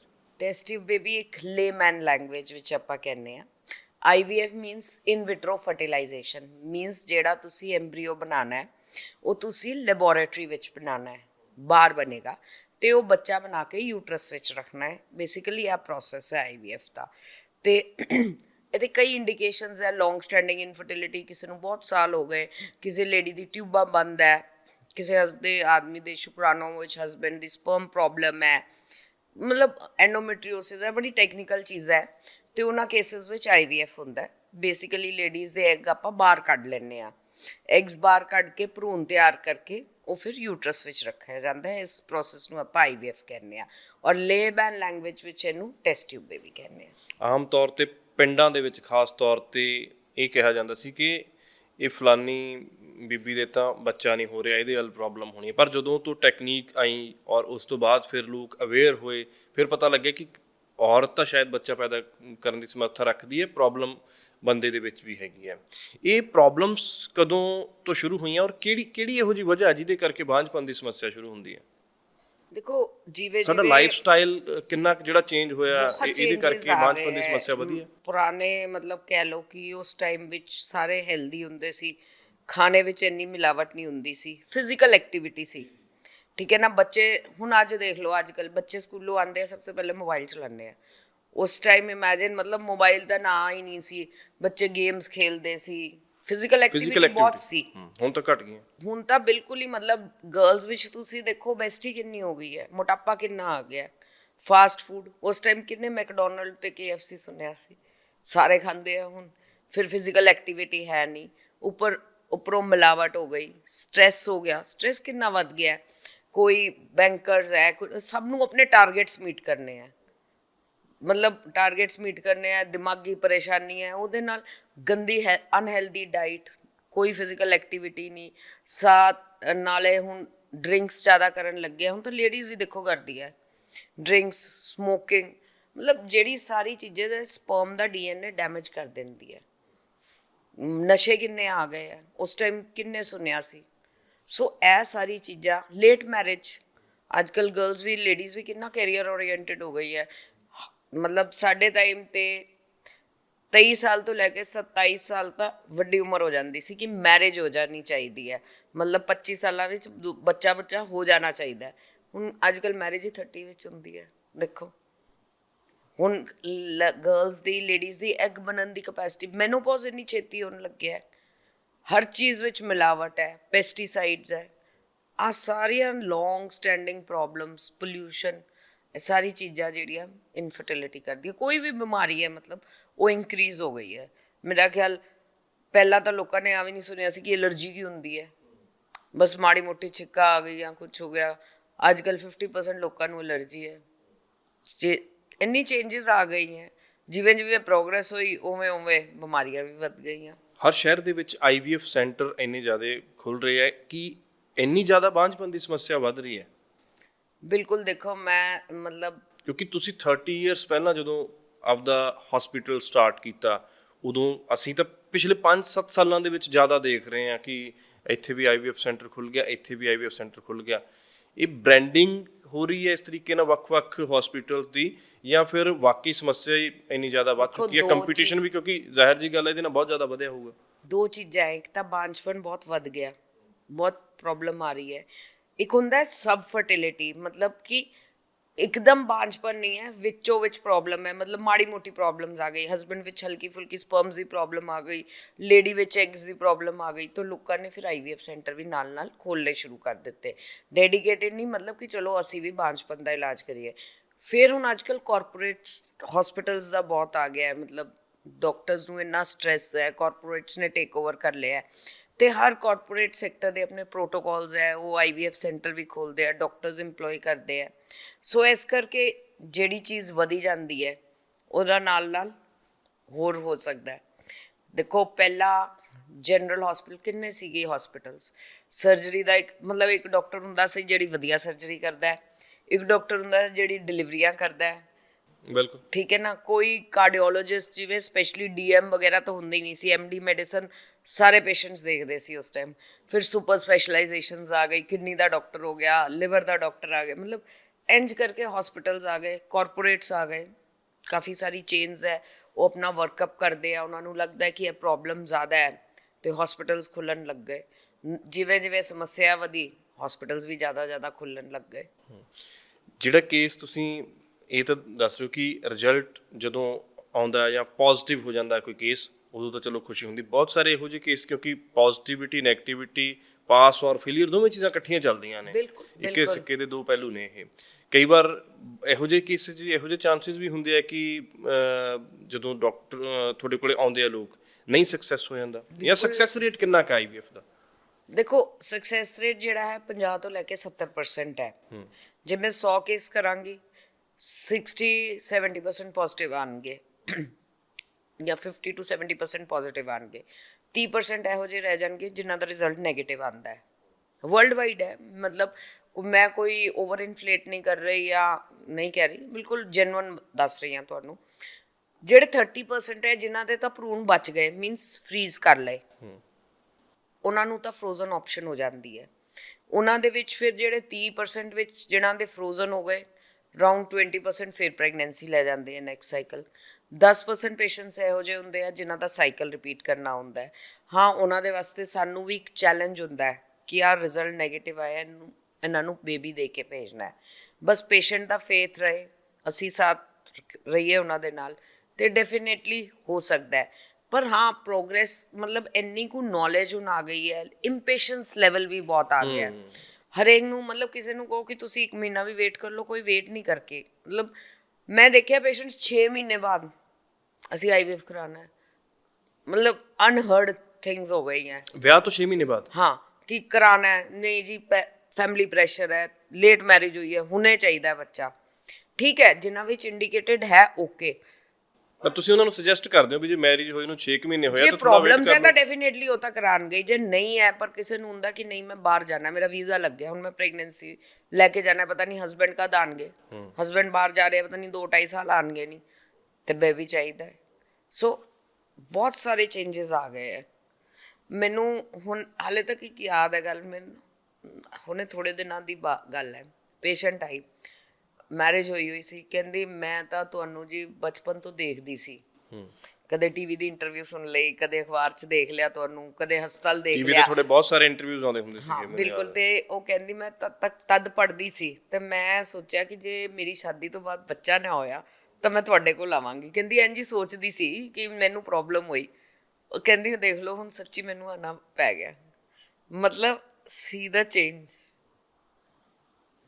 ਕਿੰਨੇ ਸਾਲ ਹੋ ਗਏ ਹੋਈ ਚੀਜ਼ ਦੇਖਦੇ ਪ੍ਰੋਗਰੈਸ ਕਰਦੇ। ਤੁਹਾਨੂੰ ਯਾਦ ਹੈ ਤੁਸੀਂ ਕਿੰਨੇ ਕੁ ਬੱਚੇ ਇਸ ਤਰੀਕੇ ਦੇ ਨਾਲ ਮਾਵਾਂ ਨੂੰ ਦਿੱਤੇ ਹੋਣਗੇ? ਯਾਦ ਬਹੁਤ ਹਜ਼ਾਰ ਆਈਡੀਆ ਹੈਗਾ? ਹਜ਼ਾਰੋਂ। ਕੁਝ ਕਦੇ ਕਾਊਂਟ ਨਹੀਂ ਕੀਤਾ ਕਿੰਨੇ ਕੁ ਹੋਣਗੇ? ਬਹੁਤ ਹੈ, ਕਾਫੀ ਹੈ, ਮੇਰੇ ਖਿਆਲ ਬਹੁਤ ਹੀ ਜ਼ਿਆਦਾ ਹੋਣਗੇ। ਪਿਛਲੇ ਕਿੰਨੇ ਸਾਲਾਂ ਦੇ ਵਿੱਚ ਰੁਝਾਨ ਵੱਧ ਗਿਆ ਤੁਹਾਡੇ ਕੋਲੇ ਲੋਕਾਂ ਦੇ ਆਉਣ ਦਾ? ਦੇਖੋ ਜਿਵੇਂ ਜਿਵੇਂ ਆਈ ਸਮੱਸਿਆ ਆਈ ਬਾਂਝਪਨ ਦੀ, ਪੇਸ਼ੈਂਟਸ ਆਉਣਾ ਸ਼ੁਰੂ ਹੋ ਗਏ। ਹੁਣ ਇੱਕ ਚੀਜ਼ ਮੈਂ ਡਿਫਰੈਂਟ ਨੋਟ ਕਰ ਰਹੀ ਹਾਂ, ਜਿਵੇਂ ਕਿ ਤੁਸੀਂ ਕਹਿ ਰਹੇ ਸੀ ਕਿ ਥਾਂ IVF ਸੈਂਟਰ ਖੁੱਲ ਗਏ ਆ ਜੀ। ਹੁਣ ਕੀ ਹੁੰਦਾ ਹੈ, ਪੇਸ਼ੈਂਟ ਨੂੰ ਇੰਨੀ ਟ੍ਰੈਫਿਕ ਹੈ, ਸਪੋਜ਼ਿੰਗ ਪੇਸ਼ੈਂਟ ਥੋੜਾ ਦੂਰ ਰਹਿੰਦਾ ਹੈ ਲੁਧਿਆਣੇ ਤੋਂ। ਹੁਣ ਇਹ ਡਿਫਰੈਂਸ ਹੈ ਕਿ ਪਹਿਲੇ ਉਹ ਆਪਣੇ ਲੋਕਲ ਸੈਂਟਰ ਤੋਂ ਕਰਾਉਂਦਾ ਹੈ, ਫਿਰ ਨਹੀਂ ਹੁੰਦਾ, ਫਿਰ ਉਹ ਮੇਰੇ ਕੋਲ ਆਉਂਦਾ ਹੈ। ਮਤਲਬ ਪਰ ਨੰਬਰ ਹਾਂ ਵਧਿਆ ਜ਼ਰੂਰ ਹੈ ਡੈਫੀਨੇਟਲੀ। ਹੁਣ patient kind of tertiary centre ਬਣ ਗਿਆ ਹੈ। ਟਰਸ਼ਰੀ ਇਨ ਦਾ ਸੈਂਟਰ ਪਹਿਲੇ ਛੋਟੀ ਚੀਜ਼ ਵਾਸਤੇ ਵੀ ਮੇਰੇ ਕੋਲ ਆਉਂਦਾ ਸੀ, ਹੁਣ ਪੇਸ਼ੈਂਟ ਬਿਲਕੁਲ ਥੱਕ ਹਾਰ ਕੇ ਆਉਂਦਾ ਹੈ ਜਗ੍ਹਾ ਜਗ੍ਹਾ ਤੋਂ, ਮਤਲਬ ਲੈ ਕੇ ਜਦ ਉਹਨੂੰ, ਔਰ ਬੜੀ ਉਮੀਦ ਦੇ ਨਾਲ ਆਉਂਦਾ ਹੈ ਕਿ ਮੈਂ ਹੁਣ ਬੇਬੀ ਲੈ ਕੇ ਜਾਣਾ ਹੈ। ਸੋ ਉਹ ਜਿਹੜਾ ਪ੍ਰੈਸ਼ਰ ਹੈ ਟੂ ਡਿਲੀਵਰ ਰਿਜ਼ਲਟਸ, ਉਹ ਬਹੁਤ ਜ਼ਿਆਦਾ ਵੱਧ ਗਿਆ ਹੈ ਹੁਣ। ਕਿੰਨੀ ਵੱਧ ਤੋਂ ਵੱਧ ਉਮਰ ਦਾ ਪੇਸ਼ੈਂਟ ਆਇਆ ਤੁਹਾਡੇ ਕੋਲੇ ਜਿਹਦੇ ਵਿਆਹ ਨੂੰ ਕੋਈ 10 ਦੇਖੋ ਸਾਲ ਹੁਣ ਤਾਂ 20 ਸਾਲ law ਹੋ ਆ ਗਏ ਗਿਆ ਹੋਣ? ਬਾਈ ਗਵਰਨਮੈਂਟ ਆਫ ਇੰਡੀਆ 50 ਸਾਲ ਤੋਂ ਦੀ ਉਮਰ ਲੇਡੀ ਨਹੀਂ ਕਰ ਸਕਦੀ ਬੇਬੀ, ਔਰ ਨਾ ਹਸਬੈਂਡ ਦੀ ਉਮਰ 55 ਤੋਂ ਜ਼ਿਆਦਾ ਹੋਣੀ ਚਾਹੀਦੀ ਹੈ। ਸੋ ਹੁਣ ਹੋ ਗਏ ਆਲਮੋਸਟ 3.5-4 ਇਅਰਸ ਹੋ ਗਏ। 3-4 ਸਾਲ ਤੋਂ ਇੰਡੀਆ 'ਚ ਹੋ ਗਏ। ਹਾਂ, तो मतलब ਹੁਣ ਜਿਹੜੀ ਲੇਡੀ 50 ਇਅਰਸ ਤੋਂ ਜ਼ਿਆਦਾ ਹੈ ਉਹ ਪ੍ਰੈਗਨੈਂਸੀ ਨਹੀਂ ਲੈ ਸਕਦੀ। ਹਾਂ ਪਹਿਲੇ ਜ਼ਰੂਰ, ਪਹਿਲੇ ਹਸਬੈਂਡ ਵਾਈਫ ਦੀ ਕੰਬਾਈਨਡ ਏਜ ਹੁੰਦੀ ਸੀ ਕਿ 110 ਸਾਲ ਜਾਂ ਇੰਜ ਕਰਕੇ ਤਾਂ ਆਉਂਦੇ ਸੀ, ਥੋੜੇ ਐਲਡਰਲੀ ਵੀ ਆਉਂਦੇ ਸੀ, ਪਰ ਹੁਣ ਥੋੜੀ ਸਟ੍ਰਿਕਟਨੈਸ ਹੋ ਗਈ ਹੈ ਕਿ ਤੁਸੀਂ ਨਹੀਂ ਕਰ ਸਕਦੇ। ਉਹਦੇ ਨਾਲ ਫਿਰ ਨੁਕਸਾਨ ਹੋਣ ਦਾ ਖਤਰਾ ਰਹਿੰਦਾ, ਖਾਸ ਤੌਰ ਤੇ ਫੀਮੇਲ ਨੂੰ। ਇਨ ਦਾ ਸੈਂਸ ਜੇ ਫੀਮੇਲ ਨੂੰ ਬੜੇ ਕੰਟਰੋਵਰਸ਼ੀਅਲ ਚੀਜ਼ ਹੈ ਕਿ ਅਗਰ ਫੀਮੇਲ ਫਿਟ ਨਹੀਂ ਹੈ, ਉਹਨੂੰ ਬਲੱਡ ਪ੍ਰੈਸ਼ਰ ਹੈ, ਸ਼ੂਗਰ ਹੈ, ਤੇ ਡੈਫੀਨੇਟਲੀ ਉਹਦੀ 40 ਇਅਰਸ ਤੋਂ ਬਾਅਦ ਵੀ ਪ੍ਰੈਗਨੈਂਸੀ ਥੋੜੀ, ਮਤਲਬ ਕਿ ਉਹਨੂੰ ਹਮੇਸ਼ਾ ਓਪੀਨੀਅਨ ਲੈਣਾ ਪਏਗਾ ਕਿ ਸ਼ੂਗਰ ਕੰਟਰੋਲ ਰਹੇ, ਬਲੱਡ ਪ੍ਰੈਸ਼ਰ ਹੈ, ਨਹੀਂ ਕਿ ਉਹ ਬੇਬੀ ਨਹੀਂ ਲੈ ਸਕਦੀ, ਡੈਫੀਨੇਟਲੀ ਲੈ ਸਕਦੀ ਹੈ, ਪਰ ਉਹ ਮਤਲਬ ਪ੍ਰੋਬਲਮਸ ਜ਼ਿਆਦਾ ਆਉਂਦੀ ਹੈ। ਸੋ ਮੈਂ ਹਮੇਸ਼ਾ ਕਹਿੰਦੀ ਹਾਂ ਕਿ ਸਹੀ ਟਾਈਮ 'ਤੇ ਨਾ ਸਹੀ ਇਲਾਜ ਦੀ ਬਹੁਤ ਅਹਿਮੀਅਤ ਹੁੰਦੀ ਹੈ ਕਿ ਜਦ ਲੇਡੀ ਯੰਗ ਹੈ, ਸਹੀ ਟਾਈਮ ਹੈ, ਉਹ ਪ੍ਰੈਸ਼ੀਅਸ ਈਅਰਸ ਜਿਹੜੇ ਹੈ ਨਾ ਲਾਈਫ ਦੇ, ਉਹ ਵੇਸਟ ਨਹੀਂ ਕਰਨੇ ਚਾਹੀਦੇ, ਮਤਲਬ ਪ੍ਰੋਪਰ ਇਲਾਜ ਕਰਾ ਲੈਣਾ ਚਾਹੀਦਾ ਹੈ। ਵੈਸੇ ਤੁਹਾਡੇ ਮੁਤਾਬਕ ਵਿਆਹ ਦੀ ਸਹੀ ਉਮਰ ਕੀ ਹੈ? ਜਿਵੇਂ ਤੁਸੀਂ ਦੱਸ ਰਹੇ ਹੋ ਕਿ ਡਿਲੇ ਹੋਣ ਲੱਗ ਗਈ, ਮੈਰਿਜ ਡਿਲੇ ਹੋਣ ਲੱਗ ਗਈ, ਇਸ ਕਰਕੇ ਜੇ ਤੁਸੀਂ ਮੇਰਾ ਪਰਸਨਲ ਓਪੀਨੀਅਨ ਮੰਗੋਗੇ ਤਾਂ definitely I think between 25 and 30 marriage ਹੋ ਜਾਣੀ ਚਾਹੀਦੀ ਹੈ। ਪਰ ਅੱਜ ਮੈਂ ਤਾਂ 30 ਸੇ ਕਮ ਹੀ ਕਹਾਂ, ਘੱਟ ਹੀ ਕਹਾਂਗੀ। 30 ਤੋਂ ਪਹਿਲਾਂ ਮੈਂ ਪੁਰਾਣੇ ਜ਼ਮਾਨੇ, ਪੁਰਾਣੇ ਖਿਆਲਾਤਾਂ ਦੀਆਂ ਨਹੀਂ, ਕਿਉਂਕਿ ਹੁਣ ਤਾਂ ਮੈਰਿਜ ਡਿਲੇ ਹੋਣ ਲੱਗ ਗਈ, ਜਾਂ ਬੰਦਾ ਅੱਜ ਕੱਲ੍ਹ ਤਾਂ ਜਵਾਕ ਕਹਿੰਦੇ ਨਾ ਥੋੜੇ ਜਿਹਾ ਸੈੱਟ ਹੋ ਜੀ, ਅਸੀਂ ਕੰਮ ਕਰ ਸੈੱਟ ਉਹ ਕਰ ਲਈ, ਸੈੱਟ ਹੋਣ ਦੇ ਚੱਕਰ 'ਚ ਨਾ ਲੰਬਾ ਪੈ ਜਾਂਦਾ ਹੈ। ਪਰ ਉਹ ਪੁਰਾਣੇ ਬਜ਼ੁਰਗਾਂ ਕੋਲ ਜਦੋਂ ਸਹੀ ਗੱਲ ਹੈ, ਤੁਸੀਂ ਬਿਲਕੁਲ ਸਹੀ ਗੱਲ ਕਹਿ ਰਹੇ ਹੋ ਕਿ ਜਿਹੜੇ ਬਜ਼ੁਰਗ ਕਹਿੰਦੇ ਸੀ ਨਾ ਉਹ ਸਹੀ ਹੈ। ਉਹ ਕਹਿੰਦੇ ਕਿ ਵੀ 25 ਸਾਲਾਂ ਦੀ ਉਮਰ ਦੇ ਵਿੱਚ ਵਿਆਹ ਹੋ ਜਾਣਾ ਚਾਹੀਦਾ ਹੈ, 26-27 ਸਾਲਾਂ ਦੇ ਵਿੱਚ ਜਵਾਕ ਹੋ ਜਾਣੇ ਚਾਹੀਦੇ ਆ। ਜੋ ਤੁਸੀਂ 50 ਸਾਲਾਂ ਦੇ ਹੋਵੋਗੇ ਉਦੋਂ ਤੱਕ ਤੁਹਾਡੇ ਬੱਚੇ 25 ਸਾਲਾਂ ਦੇ ਹੋ ਜਾਣਗੇ। ਬਿਲਕੁਲ, ਮੈਂ ਤਾਂ ਉਹੀ ਗੱਲ ਮੰਨਦੀ ਹੈ, ਮਤਲਬ ਪੁਰਾਣੇ ਜ਼ਮਾਨੇ ਦੀ ਹੈ, ਇਸ ਕਰਕੇ ਸ਼ਾਇਦ ਮੇਰੇ ਮੁੰਡੇ ਨੂੰ ਨਾ ਪਸੰਦ ਆਏ ਗੱਲ। ਤੁਹਾਡਾ ਮੁੰਡਾ ਕੀ ਕਹਿੰਦਾ? ਤੁਹਾਡਾ ਵੈਸੇ ਆਮ ਤੌਰ ਤੇ ਕਹਿੰਦਾ ਕਿ ਡਾਕਟਰ ਦਾ ਬੱਚਾ ਡਾਕਟਰ ਬਣਦਾ, ਮਤਲਬ ਦੇਖੇ ਬਹੁਤ ਸਾਰੇ ਕੇਸਿਸ ਆਮ ਤੌਰ ਤੇ। ਦੇਖੋ ਮੇਰਾ ਸਨ ਹੈ, ਉਹ ਵੀ ਡਾਕਟਰ ਹੈ, ਤੇ ਮੈਂ ਉਹਨੂੰ ਕਦੇ ਕੰਪੈਲ ਨਹੀਂ ਕੀਤਾ ਕਿ ਤੂੰ ਕੁਛ ਵੀ ਕਰ। ਮਤਲਬ ਮੇਰਾ ਹਮੇਸ਼ਾ ਮੰਨਣਾ ਹੈ ਗੱਲ ਦਾ ਇੱਕ ਕਿ ਜਿਹੜਾ ਕੰਮ ਕਰਨਾ ਨਾ ਉਹ ਆਪਣੇ ਦਿਲ ਨਾਲ ਹੋਣਾ ਚਾਹੀਦਾ ਹੈ। ਜਦ ਤੱਕ ਉਹ ਦਿਲ ਨਾਲ ਨਾ ਹੋਏ ਉਹ ਮਜ਼ਾ ਨਹੀਂ ਆਉਂਦਾ ਕੰਮ ਕਰਕੇ, ਮਤਲਬ ਕੋਈ ਵੀ ਚੀਜ਼ ਕਰੋ। ਤੁਹਾਡਾ ਬੇਟਾ ਵੀ, ਤੁਸੀਂ ਜਿਵੇਂ ਡਾਕਟਰ ਹੋ, ਤੁਹਾਡਾ ਬੇਟਾ ਵੀ ਸੇਮ ਪ੍ਰੋਫੈਸ਼ਨ ਹੈ? ਬਿਲਕੁਲ, ਉਹ ਵੀ ਡਾਕਟਰ ਹੈ। IVF ਦਾ? ਬਿਲਕੁਲ IVF ਦਾ ਮੇਰੇ ਨਾਲ ਜੁਆਇਨ ਕੀਤਾ ਹੋਇਆ ਉਹਨੇ। ਮੈਂ ਤਾਂ ਉਹਨੂੰ ਵੀ ਕਹਿੰਦੀ ਹਾਂ ਮੈਰਿਜ ਕਰ। ਅੱਛਾ। ਸੋ ਪੁਰਾਣੇ ਖਿਆਲਾਂ ਦੀ ਆ। ਤੁਹਾਡੇ ਬੇਟੇ ਦਾ ਵੀ ਸੇਮ ਹੀ ਜਵਾਬ ਹੈ ਜਿਹੜਾ ਮੈਂ ਪਹਿਲਾਂ ਦੱਸਿਆ ਸੀ ਵੀ ਸੈਟਲ ਹੋ ਜੀ? ਬਿਲਕੁਲ ਹੈ, ਬਿਲਕੁਲ ਸੈਟਲ ਨੂੰ ਤੁਸੀਂ ਤਾਂ 30 ਸਾਲਾਂ ਤੋਂ ਤੁਹਾਡਾ ਹਸਪੀਟਲ ਚਲਾ ਰਹੇ ਹੋ ਤੁਸੀਂ, ਔਰ ਅੱਜ ਕੱਲ ਦੇ ਬੱਚੇ ਨਹੀਂ, ਹਾਂ ਬਸ ਕੈਰੀਅਰ ओरिएंटेड। ਉਹ ਸਾਰੇ ਬੱਚਿਆਂ ਦੇ ਮੈਨੂੰ ਲੱਗਦਾ ਮੈਮ ਪਿਛਲੇ 5-7 ਸਾਲ ਤੋਂ ਜਿਹੜੇ। अरे लड़कियां नहीं करती। ਅੱਛਾ, ਇਹ ਵੀ ਸਮੱਸਿਆ ਹੈਗੀ ਹੈ, ਦੋਨੇ ਪਾਸੇ ਸਮੱਸਿਆ ਹੈ। ਬਿਲਕੁਲ ਬਿਲਕੁਲ। ਪਰ ਜਿਹੜਾ ਤੁਸੀਂ ਜਿਵੇਂ ਪਹਿਲਾਂ ਜ਼ਿਕਰ ਆਪਾਂ ਇਸ ਚੀਜ਼ ਦਾ ਕਰ ਰਹੇ ਸੀਗੇ ਕਿ ਲੇਟ ਮੈਰਿਜ ਹੋਣਾ ਵੀ ਇੱਕ ਸਮੱਸਿਆ ਹੋ ਜਾਂਦੀ ਹੈ, ਆਮ ਤੌਰ ਤੇ ਹਰੇਕ ਕੇਸਿਸ ਦੇ ਵਿੱਚ ਤਾਂ ਨਹੀਂ ਇਹ ਹੁੰਦਾ, ਬਹੁਤ ਨਹੀਂ, ਰੇਅਰ ਹਰ ਕੇਸ 'ਚ ਹੀ ਨਹੀਂ ਹੁੰਦਾ, ਪਰ ਮੈਂ ਦੇਖੋ ਇੱਕ ਅੱਜ ਕੱਲ੍ਹ ਬਹੁਤ ਸਟੱਡੀਜ਼ ਹੋ ਰਹੀਆਂ ਡਾਕਟਰਸ ਦੇ ਸਰਕਲ ਵਿੱਚ। ਇੱਕ AMH ਲੈਵਲ ਹੁੰਦਾ ਹੈ, ਜਿਹੜੀ ਇੱਕ ਲੇਡੀ ਦਾ ਓਵੇਰੀਅਨ ਰਿਜ਼ਰਵ ਮਤਲਬ ਅੰਡਾ ਬਣਨ ਦੀ ਕਪੈਸਿਟੀ ਦੇਖਦਾ ਹੈ। ਹੁਣ ਇੰਡੀਆ ਵਿੱਚ AMH ਲੈਵਲ ਇੰਨਾ ਗਿਰਨ ਲੱਗਿਆ ਨਾ, ਮਤਲਬ ਕਿ ਮੈਨੋਪੌਜ਼ ਜਲਦੀ ਆਉਣ ਲੱਗਿਆ। ਸੋ ਜਦੋਂ AMH ਲੈਵਲ ਗਿਰਦਾ ਹੈ ਤਾਂ ਇੱਕ ਦੀ ਕੁਆਲਿਟੀ ਜਿਹੜੀ ਹੈ ਨਾ ਉਹ ਖਰਾਬ ਹੋ ਜਾਂਦੀ ਹੈ, ਬੜੀ ਟੈਕਨੀਕਲ ਜਿਹੀ ਗੱਲ ਹੈ। ਤੇ ਜਦੋਂ ਲੈਵਲ ਗਿਰਦਾ ਹੈ, ਖਰਾਬ ਹੁੰਦੀ ਹੈ, ਤੇ ਪ੍ਰੈਗਨੈਂਸੀ ਹੋਣ 'ਚ ਵੀ ਡਿਫਿਕਲਟੀ ਆਉਂਦੀ ਹੈ। ਸੋ ਇਸ ਕਰਕੇ ਯੰਗਰ ਏਜ ਗਰੁੱਪ, ਮਤਲਬ ਅਗਰ ਇੱਕ ਕਪਲ ਹੈ, ਉਹਨਾਂ ਦੀ 30 ਇਅਰਸ 'ਚ ਮੈਰਿਜ ਹੋਈ, ਉਹਨਾਂ ਨੇ 5 ਸਾਲ ਟਰਾਈ ਕੀਤਾ, 34 ਇਅਰਸ ਹੋ ਗਏ, ਤੇ ਉਹਨਾਂ ਨੂੰ ਟਾਈਮ ਨਹੀਂ ਵੇਸਟ ਕਰਨਾ ਚਾਹੀਦਾ। ਮਤਲਬ ਉਹਨਾਂ ਨੂੰ ਜੇ ਇੱਕ ਅੱਜ ਕੱਲ੍ਹ ਤਾਂ ਇੱਕ ਬੱਚਾ ਹੀ ਹੋ ਗਿਆ ਫੈਮਿਲੀ ਵਿੱਚ, ਆਈ ਥਿੰਕ 2 ਬੱਚੇ ਵੀ ਲੋਕੀ ਬਹੁਤ ਘੱਟ ਕਰਨ ਲੱਗ ਗਏ ਆ, ਇੰਨੀ ਮਹਿੰਗਾਈ ਹੋ ਗਈ ਹੈ, ਜਾਂ 2 ਬੱਚੇ ਵੀ ਕਰਨੇ ਆ। ਉਹਨਾਂ ਨੂੰ 35 36 'ਚ ਫੈਮਿਲੀ ਆਪਣੀ ਕੰਪਲੀਟ ਕਰ ਲੈਣੀ ਚਾਹੀਦੀ ਹੈ। ਪਰ ਇਸ ਤੋਂ ਪਹਿਲਾਂ ਤੁਹਾਨੂੰ ਲੱਗਦਾ? ਬਿਲਕੁਲ, ਔਰ ਟਾਈਮ ਨਹੀਂ ਵੇਸਟ ਕਰਨਾ ਚਾਹੀਦਾ। ਬਹੁਤ ਪੇਸ਼ੈਂਟਸ ਆਉਂਦੇ ਆ, ਮੇਰੇ ਕੋਲ 40 ਸਾਲ ਹੋ ਗਏ, ਮਤਲਬ ਮੈਰਿਜ ਨੂੰ 40 ਸਾਲ ਦੀ ਏਜ ਹੈ, ਵਾਈਫ 42 ਹੈ, 44 ਹੈ, ਪੈਰੀਮੈਨੋਪੌਜ਼ਲ ਹੋਏ ਹੋਏ ਹੈ, ਮਤਲਬ ਜਿਵੇਂ ਕਿ ਸਾਰਾ ਟਾਈਮ ਵੇਸਟ ਕਰ ਦਿੱਤਾ, ਅੱਜ ਇੱਥੋਂ ਦਵਾਈ ਲੈ ਲਈ, ਉੱਥੋਂ ਦਵਾਈ ਲੈ ਲਈ। ਉਹਨਾਂ ਟਾਈਮ ਨਹੀਂ ਖਰਾਬ ਕਰਨਾ ਚਾਹੀਦਾ।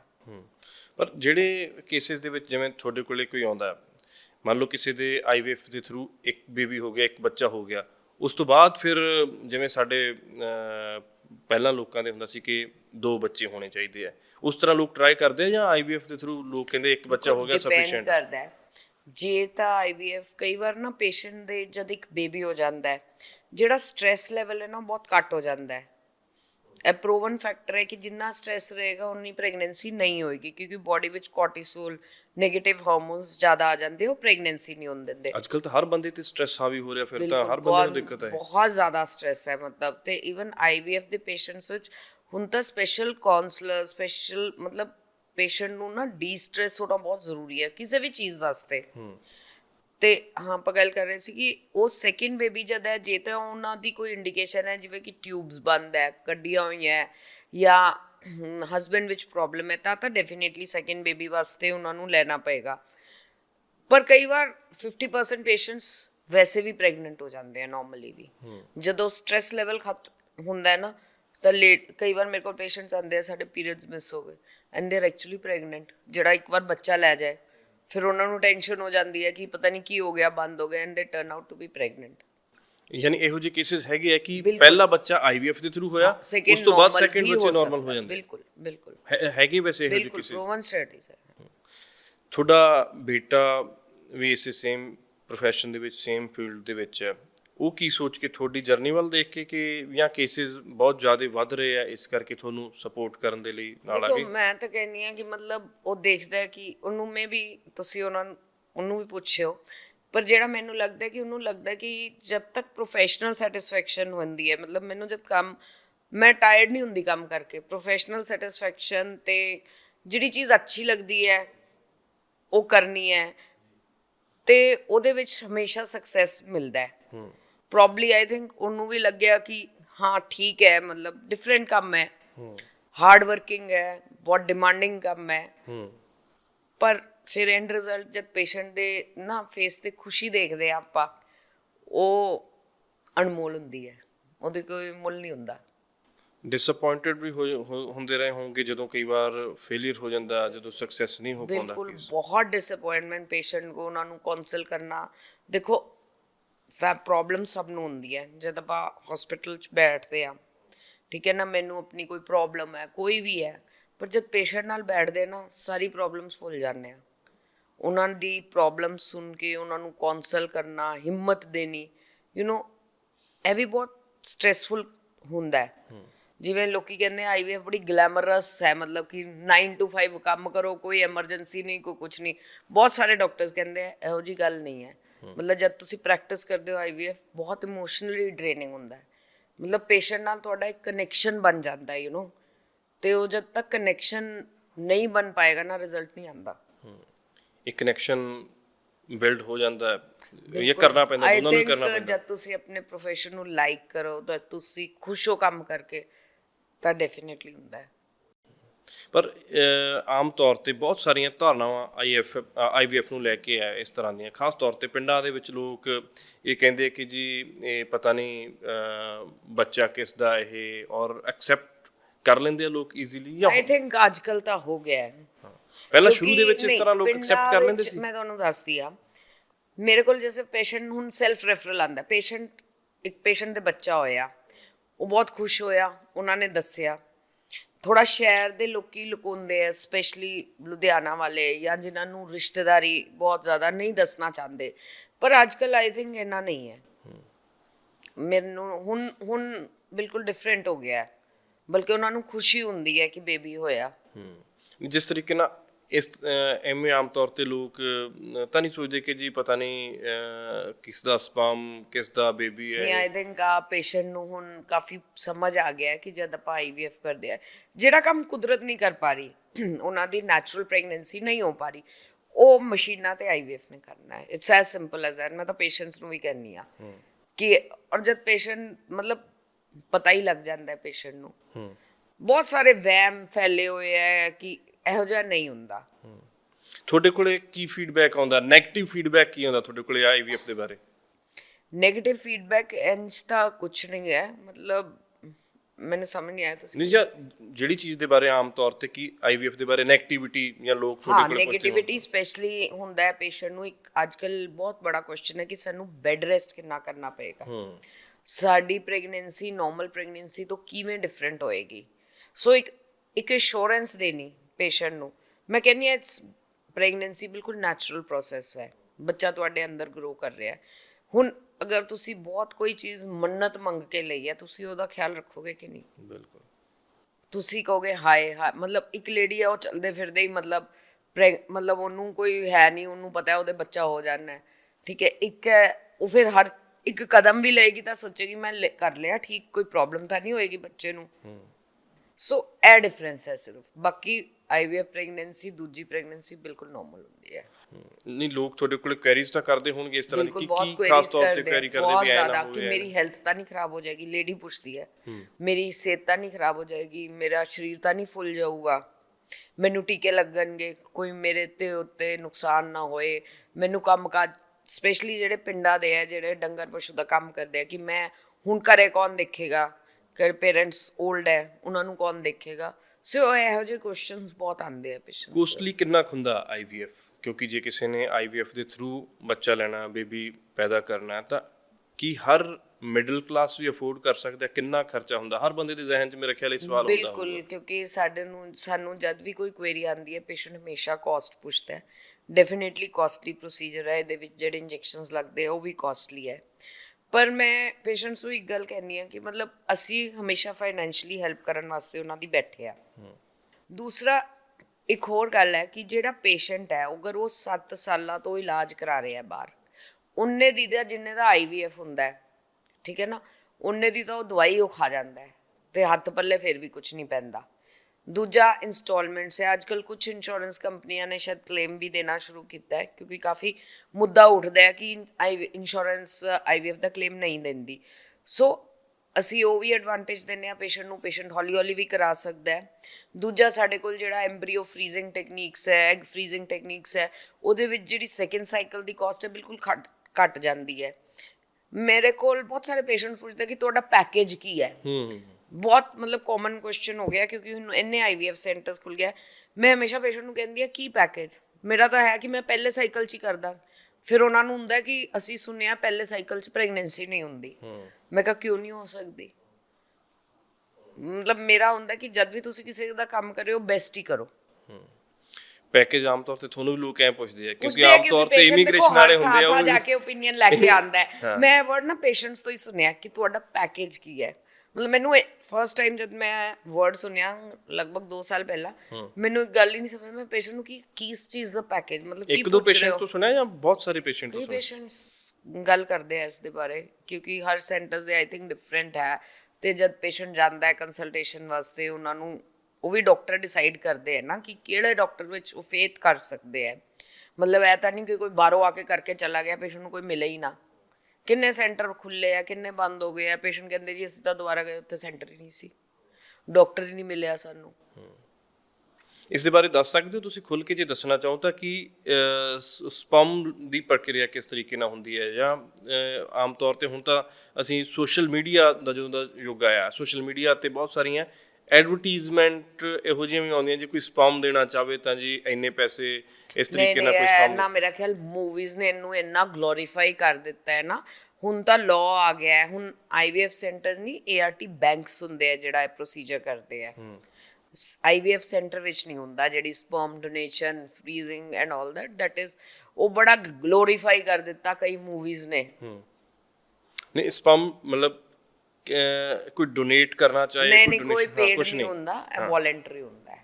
ਹਾਂ, ਟੋਟਲੀ ਵੋਲੰਟਰੀ, ਕੋਈ ਵੀ ਦੇਣਾ ਚਾਹੇ ਤਾਂ ਉਹ ਬੈਂਕ ਵਿੱਚ ਜਾ ਕੇ, ART ਬੈਂਕਸ ਵਿੱਚ ਦਿੰਦਾ ਹੈ, ਨਾਟ ਕਲੀਨਿਕ। ਕਿੰਨਾ ਚਿਰ ਸਪਰਮ ਨੂੰ ਰੱਖਿਆ ਜਾ ਸਕਦਾ? ਔਰ ਦੇਖੋ, ਜਿਹੜਾ ਭਰੂਣ ਬਣਦਾ ਹੈ, ਜਿਹੜਾ ਐਮਬ੍ਰੀਓ ਬਣਦਾ ਹੈ, ਜਾਂ ਕੋਈ ਲੇਡੀ ਆਪਣੇ ਐਗ ਫਰੀਜ਼ ਕਰਾ ਕੇ ਜਾਂਦੀ ਹੈ, ਉਹ ਅਣਗਿਣਤ ਸਮੇਂ ਵਾਸਤੇ ਆਪਾਂ ਕਰ ਸਕਦੇ ਹਾਂ, ਪਰ ਪੇਸ਼ੈਂਟ ਦੀ ਨੌਲੇਜ ਵਿੱਚ ਹੁੰਦਾ ਹੈ। ਪੇਸ਼ੈਂਟ ਹਰ ਸਾਲ ਉਹ ਰਿਨਿਊ ਕਰਾਉਂਦਾ ਹੈ ਕਿ ਹਾਂ ਮੇਰੇ ਰੱਖ ਲਓ।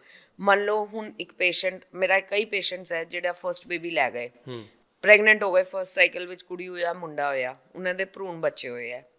ਹੁਣ ਉਹ 4 ਸਾਲ ਬਾਅਦ ਜਦ ਬੱਚਾ ਵੱਡਾ ਹੋ ਜਾਏਗਾ, ਫਿਰ ਉਹ ਸੈਕਿੰਡ ਬੇਬੀ ਵਾਸਤੇ ਆਉਣਗੇ, ਪਰ ਉਹ ਸਾਰਾ ਪ੍ਰੋਸੀਜਰ ਨਹੀਂ ਕਰਾਉਣਗੇ, ਉਹ ਸਿਰਫ ਜਿਹੜੇ ਬਚੇ ਹੋਏ ਭਰੂਣ ਹੈ ਉਹ ਟ੍ਰਾਂਸਫਰ ਕਰਾਉਣਗੇ।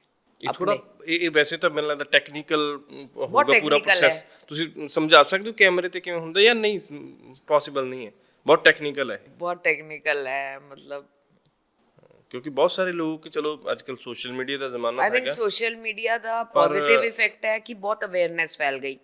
ਨੈਗੇਟਿਵ ਇਫੈਕਟ ਹੈ ਕਿ ਬਹੁਤ ਸਾਰੇ ਨਾ ਵਹਿਮ ਵਗੈਰਾ ਵੀ, ਮਤਲਬ ਮੈਂ ਦੇਖਿਆ ਕਿੰਨੀ ਰੀਲਸ ਆਉਂਦੀ ਹੈ ਕਿ ਆ ਕਰੋ, ਇੰਜ ਕਰੋ, ਹੋ ਜਾਂਦਾ। ਮਤਲਬ ਹਰ ਚੀਜ਼ ਨੂੰ ਨਾ ਲੌਜੀਕਲੀ ਦੇਖੇ ਕਿ ਡਾਕਟਰ ਅਗਰ ਕਹਿ ਰਿਹਾ ਤਾਂ ਚਲੋ ਠੀਕ ਹੈ। ਹਾਂ, ਅਵੇਅਰਨੈਸ ਬਹੁਤ ਹੋ ਗਈ ਹੈ, ਮਤਲਬ ਸਪਲੀਮੈਂਟਸ ਦੀ ਇੰਨੀ ਹੋ ਗਈ ਹੈ। ਮੈਂ ਕਿਸੇ ਪੇਸ਼ੈਂਟ ਨੂੰ ਅਗਰ ਕਹੂੰਗੀ ਤੁਸੀਂ, ਮਤਲਬ ਜਿਵੇਂ ਟਮੈਟੋਜ਼ ਵਿੱਚ ਲਾਈਕੋਪੀਨ ਹੁੰਦਾ ਹੈ ਕਿ ਬਹੁਤ ਹੈਲਦੀ ਹੈ, ਤੁਸੀਂ ਦੇਖਿਆ ਹੋਗਾ ਯੂਰੋਪੀਅਨਸ ਕਿੰਨੇ ਹੈਲਦੀ, ਟੌਲ, ਲੀਨ ਹੁੰਦੇ ਹੈ। ਇੰਨੇ ਸਪਲੀਮੈਂਟਸ ਆ ਗਏ, ਪੇਸ਼ੈਂਟ ਮੇਰੇ ਕੋਲ 4 ਡੱਬੇ ਅੱਗੇ ਰੱਖ ਦੇਗਾ, ਮੈਂ ਆ ਖਾ ਰਿਹਾ। ਮਤਲਬ ਇੰਨੀ ਅਵੇਅਰਨੈਸ ਹੋ ਗਈ ਹੈ ਸਪਲੀਮੈਂਟਸ ਬਾਰੇ। But we should not forget ਕਿ ਹੈਲਦੀ ਕੀ ਹੈ, ਅਨਹੈਲਦੀ ਕੀ ਹੈ, ਕਿਸ ਚੀਜ਼ ਦੇ ਕੀ ਸਾਈਡ ਇਫੈਕਟਸ ਹੈ। IVF ਕੰਪੀਟੀਸ਼ਨ ਬਹੁਤ ਜ਼ਿਆਦਾ ਵੱਧ ਗਿਆ ਹੋਊਗਾ, ਤੁਸੀਂ ਕਿਸ ਤਰੀਕੇ ਨਾਲ ਸਰਵਾਈਵ ਕਰ ਰਹੇ ਹੋ? ਦੇਖੋ, ਮੈਂ ਅੱਜ ਤੱਕ ਕਿਸੇ ਨਾਲ ਕੰਪੀਟ ਨਹੀਂ ਕੀਤਾ।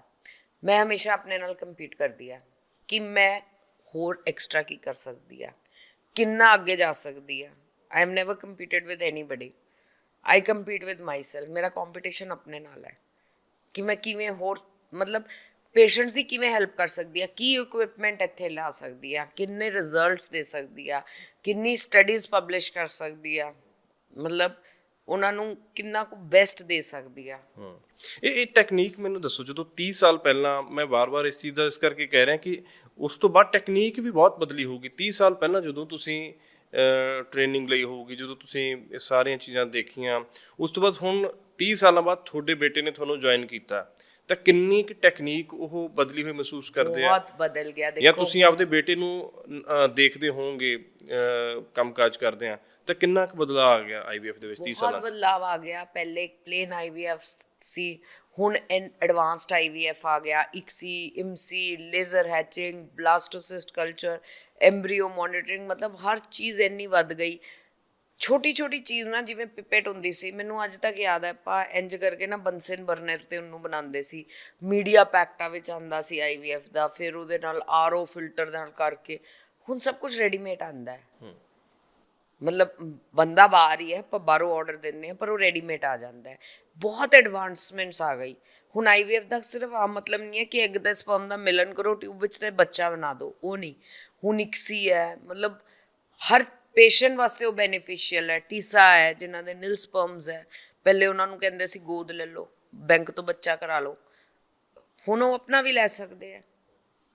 ਠੀਕ ਹੈ, ਇਹ ਸਾਰੀ ਐਡਵਾਂਸਮੈਂਟਸ ਮੈਂ ਦੇਖੀ ਹੈ, ਮਤਲਬ ਉਸ ਸਟੇਜ ਤੋਂ ਲੈ ਕੇ ਇਸ ਸਟੇਜ ਤੱਕ। ਇਸ ਤਰ੍ਹਾਂ ਵੀ ਹੁੰਦਾ ਕਿ ਜੇ ਕੋਈ ਚਾਹੇ ਕਿ ਬੱਚੇ ਦੀਆਂ ਅੱਖਾਂ ਇਹੋ ਜਿਹੀਆਂ ਹੋਣ, ਕਲਰ ਇਹੋ ਜਿਹਾ ਹੋਵੇ, ਫੇਸ ਇਹੋ ਜਿਹਾ ਹੋਵੇ, ਲਿਪਸ ਇਹੋ ਜਿਹੇ ਹੋਣ, ਆਈਵੀਐਫ ਦੇ ਥਰੂ ਪੋਸੀਬਲ ਹੈਗਾ ਇਹ? ਨਹੀਂ ਦੇਖੋ, ਜਿਹੜਾ ਜੈਨੇਟਿਕ ਮਟੀਰੀਅਲ ਹੈ ਉਹ ਹਸਬੈਂਡ ਦੇ ਵਾਈਫ ਦਾ ਹੈ, ਜਿਹੜੀ ਉਹਨਾਂ ਦੇ ਵਿੱਚ ਹੈ ਜੈਨੇਟਿਕਸ ਹੈ, ਜੀਨਸ ਹੈ, ਉਹ ਸੇਮ ਹੀ ਰਹਿਣਗੇ। ਬਾਈ ਡਿਮਾਂਡ ਸਿਰਫ ਡੋਨਰ ਹੁੰਦਾ ਹੈ, ਬਟ ਆਈ ਥਿੰਕ ਜਿਹੜੇ ਜੀਨਸ ਹੈ ਹਸਬੈਂਡ ਵਾਈਫ ਦੇ, ਜਿੰਨੀ ਇੰਟੈਲੀਜੈਂਸ ਹੈ, ਆਈ ਕਲਰ, ਸਕਿਨ ਕਲਰ, ਉਹ ਸਾਰਾ ਬੱਚੇ ਨੂੰ ਪਾਸ ਹੁੰਦਾ ਹੈ। ਕੁਝ ਮਦਰ ਦੇ ਜੀਨਸ, ਕੁਝ ਫਾਦਰ ਦੇ ਜੀਨਸ। ਕਿਉਂਕਿ ਮੈਂ ਪਿਛਲੇ ਦਿਨੀ ਇੱਕ ਨਾ ਕੋਈ ਰੀਲ, ਅੱਜ ਕੱਲ ਤਾਂ ਅਸੀਂ ਬਹੁਤ ਦੇਖਦੇ ਹਾਂ ਆਉਂਦੀ ਇੰਸਟਾਗ੍ਰਾਮ ਹੈ। ਤੇ ਰੀਲਸ ਸਕਰੋਲ ਕਰਦੇ ਆ, ਨਵੇਂ ਵੱਖ-ਵੱਖ ਚੀਜ਼ਾਂ ਤੇ ਆ ਜਾਂਦੀਆਂ। ਉਹ ਇੱਕ ਰੀਲ ਆਈ ਸੀਗੀ ਸ਼ਾਇਦ ਕੋਈ, ਕਿ ਹੁਣ ਇੰਨੀ ਟੈਕਨੀਕ ਐਡਵਾਂਸ ਆ ਚੁੱਕੀ ਹੈ ਔਰ ਤੁਸੀਂ ਆਪਣੇ ਬੇਬੀ ਦੇ ਲਿਪਸ, ਆਈਜ਼, ਨੋਜ਼, ਹਰ ਚੀਜ਼ ਆਪਦੇ ਹਿਸਾਬ ਨਾਲ ਡਿਜ਼ਾਈਨ ਕਰਾ ਸਕਦੇ ਹੋ ਕਿ ਕਿੱਦਾਂ ਦਾ ਚਾਹੀਦਾ ਤੁਹਾਨੂੰ। ਉਹ ਸਾਡੇ ਮੁਲਕ 'ਚ ਹੈ ਜਾਂ ਵਿਦੇਸ਼ 'ਚ ਵੀ ਨਹੀਂ ਹੈ, ਜਾਂ ਵਿਦੇਸ਼ 'ਚ ਹੈ? ਦੇਖੋ, ਐਕਸਪੈਰੀਮੈਂਟ ਤਾਂ ਚੱਲ ਰਹੇ ਹੈ। ਹੁਣ ਕੋਈ ਕਹੇ ਜੀ ਮੈਂ ਆਪਣੇ ਬੱਚੇ ਦੀ ਬਲੂ ਆਈਜ਼ ਚਾਹਨਾ, ਮੈਂ ਆਪਣੇ ਬੱਚੇ ਦੇ 골ਡਨ ਹੇਅਰ ਚਾਹਨਾ, ਡੈਫੀਨੇਟਲੀ ਉਹਨੂੰ ਆਪਣੀ ਵਾਈਫ ਦੇ, ਜੇ ਵਾਈਫ ਦੇ ਬਲੈਕ ਹੈ ਤੇ ਬਲੈਕ ਕਲਰ ਆਏ ਤਾਂ ਖੁਦ ਵੀ ਇਹੋ ਜਿਹਾ, ਤਾਂ ਹੀ ਉਹ ਬੇਬੀ ਹੋਏਗਾ। ਉਹ ਫਿਰ ਡੋਨਰ ਪ੍ਰੋਗਰਾਮ ਹੁੰਦਾ ਹੈ, ਜਾਂ ਕੋਈ ਇੰਟੈਲੀਜੈਂਸ ਇਹੋ ਜਿਹੀ ਲੈਣੀ, ਉਹ ਸਾਰਾ ਡੋਨਰ ਪ੍ਰੋਗਰਾਮ ਹੈ, ਐਕਸਪੈਰੀਮੈਂਟਸ ਵਿੱਚ ਹੈ। ਅੱਜ ਕੱਲ੍ਹ ਨਾ ਨਵੇਂ ਐਕਸਪੈਰੀਮੈਂਟਸ ਵੀ ਆ ਗਏ ਹੈ, ਜਿਵੇਂ ਤੁਸੀਂ ਬਹੁਤ ਸਾਰੀ ਰੀਲਾਂ ਦੇਖੀਆਂ ਹੋਣਗੀਆਂ ਕਿ ਇੱਕ AI ਸਿਮੂਲੇਟਰ ਹੈ, ਲੇਡੀ ਹੈ, ਉਹਦੇ ਕੁੱਖ ਵਿੱਚ ਬੱਚਾ 9 ਮਹੀਨੇ ਬਣ ਰਿਹਾ ਹੈ, ਫਿਰ ਉਹ ਬੱਚਾ ਬਣ ਕੇ ਬਾਹਰ ਨਿਕਲ ਰਿਹਾ ਹੈ। ਮਤਲਬ ਇੰਨੀ ਰੀਲਸ ਆ ਗਈਆਂ AI ਦੇ ਨਾਲ ਬਣ ਰਹੀਆਂ, ਕੁਝ ਸਹੀ ਹੈ, ਕੁਝ ਮਿਸਗਾਈਡ ਕਰ ਰਹੀ ਹੈ ਲੋਕਾਂ ਨੂੰ, ਠੀਕ ਹੈ। ਤੇ ਬੇਸਿਕਲੀ ਤਾਂ ਜੀਨਸ ਹੀ ਹੈ ਜਿਹੜੇ ਅੱਗੇ ਜਾਂਦੇ ਹੈ, ਹਸਬੈਂਡ ਦੇ ਤੇ ਵਾਈਫ ਦੇ। ਅੱਛਾ, ਆਈਵੀਐਫ ਜਦੋਂ ਕਰਾਉਂਦੀ ਫੈਮਿਲੀ, ਫਿਰ ਡਿਲੀਵਰੀ ਵੀ ਸੇਮ ਹਸਪੀਟਲ ਜਾਂ ਡਿਲੀਵਰੀ ਕਿਤੇ ਵੀ ਹੋ ਸਕਦੀ ਜਿੱਥੇ ਮਰਜ਼ੀ ਕਰਾਏ ਪੇਸ਼ੈਂਟ। ਹਾਂ, ਪੇਸ਼ੈਂਟ ਨੂੰ ਕੋਈ ਪ੍ਰੋਬਲਮ ਹੈ, ਕੁਝ ਹੈ, ਉਹ ਆ ਜਾਂ ਕਈ ਵਾਰ ਸਕਦਾ ਹੈ। ਜਿਵੇਂ ਡਾਕਟਰ ਦਾ ਨਾਲ ਕਨੈਕਸ਼ਨ ਹੁੰਦਾ ਪੇਸ਼ੈਂਟ ਦਾ, ਡਾਕਟਰ ਕਹਿੰਦਾ ਨਹੀਂ ਬਿਲਕੁਲ, ਇਹਨਾਂ ਤੋਂ ਹੀ ਸਭ ਕੁਝ ਕਰਾਇਆ normally ਇੱਥੇ ਹੋਵੇ। ਕੰਸਲਟ ਕਰਦੇ ਹੈ, ਡਿਪੈਂਡ ਕਰਦਾ ਹੈ। ਠੀਕ ਹੈ। ਔਰ ਕਿੰਨੇ ਪਰਸੈਂਟ ਇਹੋ ਜਿਹੇ ਪਿਛਲੇ ਦਿਨਾਂ ਦੇ ਵਿੱਚ ਕੇਸਿਸ ਤੁਸੀਂ ਦੇਖੇ ਕਿ ਜਿਹੜੇ ਸਕਸੈਸ ਹੋਏ ਆ? ਬਹੁਤ ਰੋਜ਼ ਹੀ ਹੁੰਦਾ ਕੋਈ ਨਾ ਕੋਈ। ਮੈਂ ਤਾਂ ਕਿਹਾ ਨਾ, ਰੋਜ਼ ਹਰ ਇੱਕ ਮਿਠਾਈ ਦਾ ਰੋਜ਼ ਜੇ ਡੱਬਾ ਮੈਂ ਜਾਣਨਾ ਆਉਂਦਾ ਹੈ। ਚਾਹਾਂ ਤਾਂ ਕਿੰਨੇ ਪੇਸ਼ੈਂਟ ਤੁਸੀਂ ਦੇਖਦੇ ਹੋ ਇਹੋ ਜਿਹੇ, ਦੇਖੋ, ਜਿੰਨੇ ਜਾਂ ਮੈਂ ਕਿੰਨੇ ਤਾਂ ਕਹਿ, ਪੇਸ਼ੈਂਟ ਹਰ ਰੋਜ਼ ਆਈਵੀਐਫ ਕਰਵਾਉਂਦੇ ਆ? ਮੇਰਾ ਤਾਂ ਟੋਟਲ ਡੈਡੀਕੇਟਿਡ IVF ਸੈਂਟਰ ਹੈ।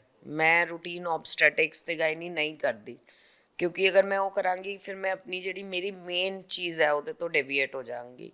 ਸੋ ਸਾਰੇ ਮਤਲਬ ਇੰਨੇ ਜ਼ਿਆਦਾ ਆ ਗਏ IVF ਦੇ ਪੇਸ਼ੈਂਟਸ, ਤੇ ਉਨਾ ਹੀ ਰਿਜ਼ਲਟ ਵੀ ਫਿਰ ਵੱਧਦਾ ਹੈ।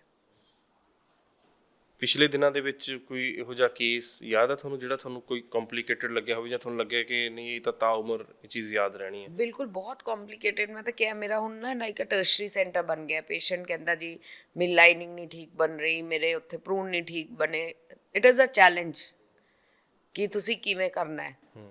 ਔਰ ਹਰ ਤਰ੍ਹਾਂ ਦਾ ਪੇਸ਼ੈਂਟ ਆਉਂਦਾ ਹੈ, ਐਜੂਕੇਟਡ ਮੀਨਸ ਕਿ ਕੋਲੀਗਸ, ਮਤਲਬ ਮੇਰੇ ਆਪਣੇ ਡਾਕਟਰਸ, ਉਹ ਵੀ ਆਉਂਦੇ ਹੈ, ਤੇ ਉਹਨਾਂ ਨੂੰ ਕਿਵੇਂ ਸਾਰਾ ਦਿਖਾਣਾ, ਕਰਨਾ, ਪ੍ਰੋਗਰੈਸ ਕਰਨਾ, ਫਿਰ ਰਿਜ਼ਲਟ ਦੇਣਾ। ਤੁਸੀਂ ਸਟ੍ਰੈਸ ਦੀ ਜਿਹੜੀ ਗੱਲ ਕੀਤੀ ਹੈ ਕਿ ਬਹੁਤ ਜ਼ਿਆਦਾ ਸਟ੍ਰੈਸ ਹੋਣ ਕਰਕੇ ਲੋਕਾਂ ਦੇ ਬੱਚੇ ਨਹੀਂ ਹੋ ਪਾ ਰਹੇ, ਮੈਨੂੰ ਲੱਗਦਾ ਸਭ ਤੋਂ ਵੱਧ ਸਟ੍ਰੈਸ ਤਾਂ ਡਾਕਟਰਾਂ ਤੇ ਰਹਿੰਦਾ।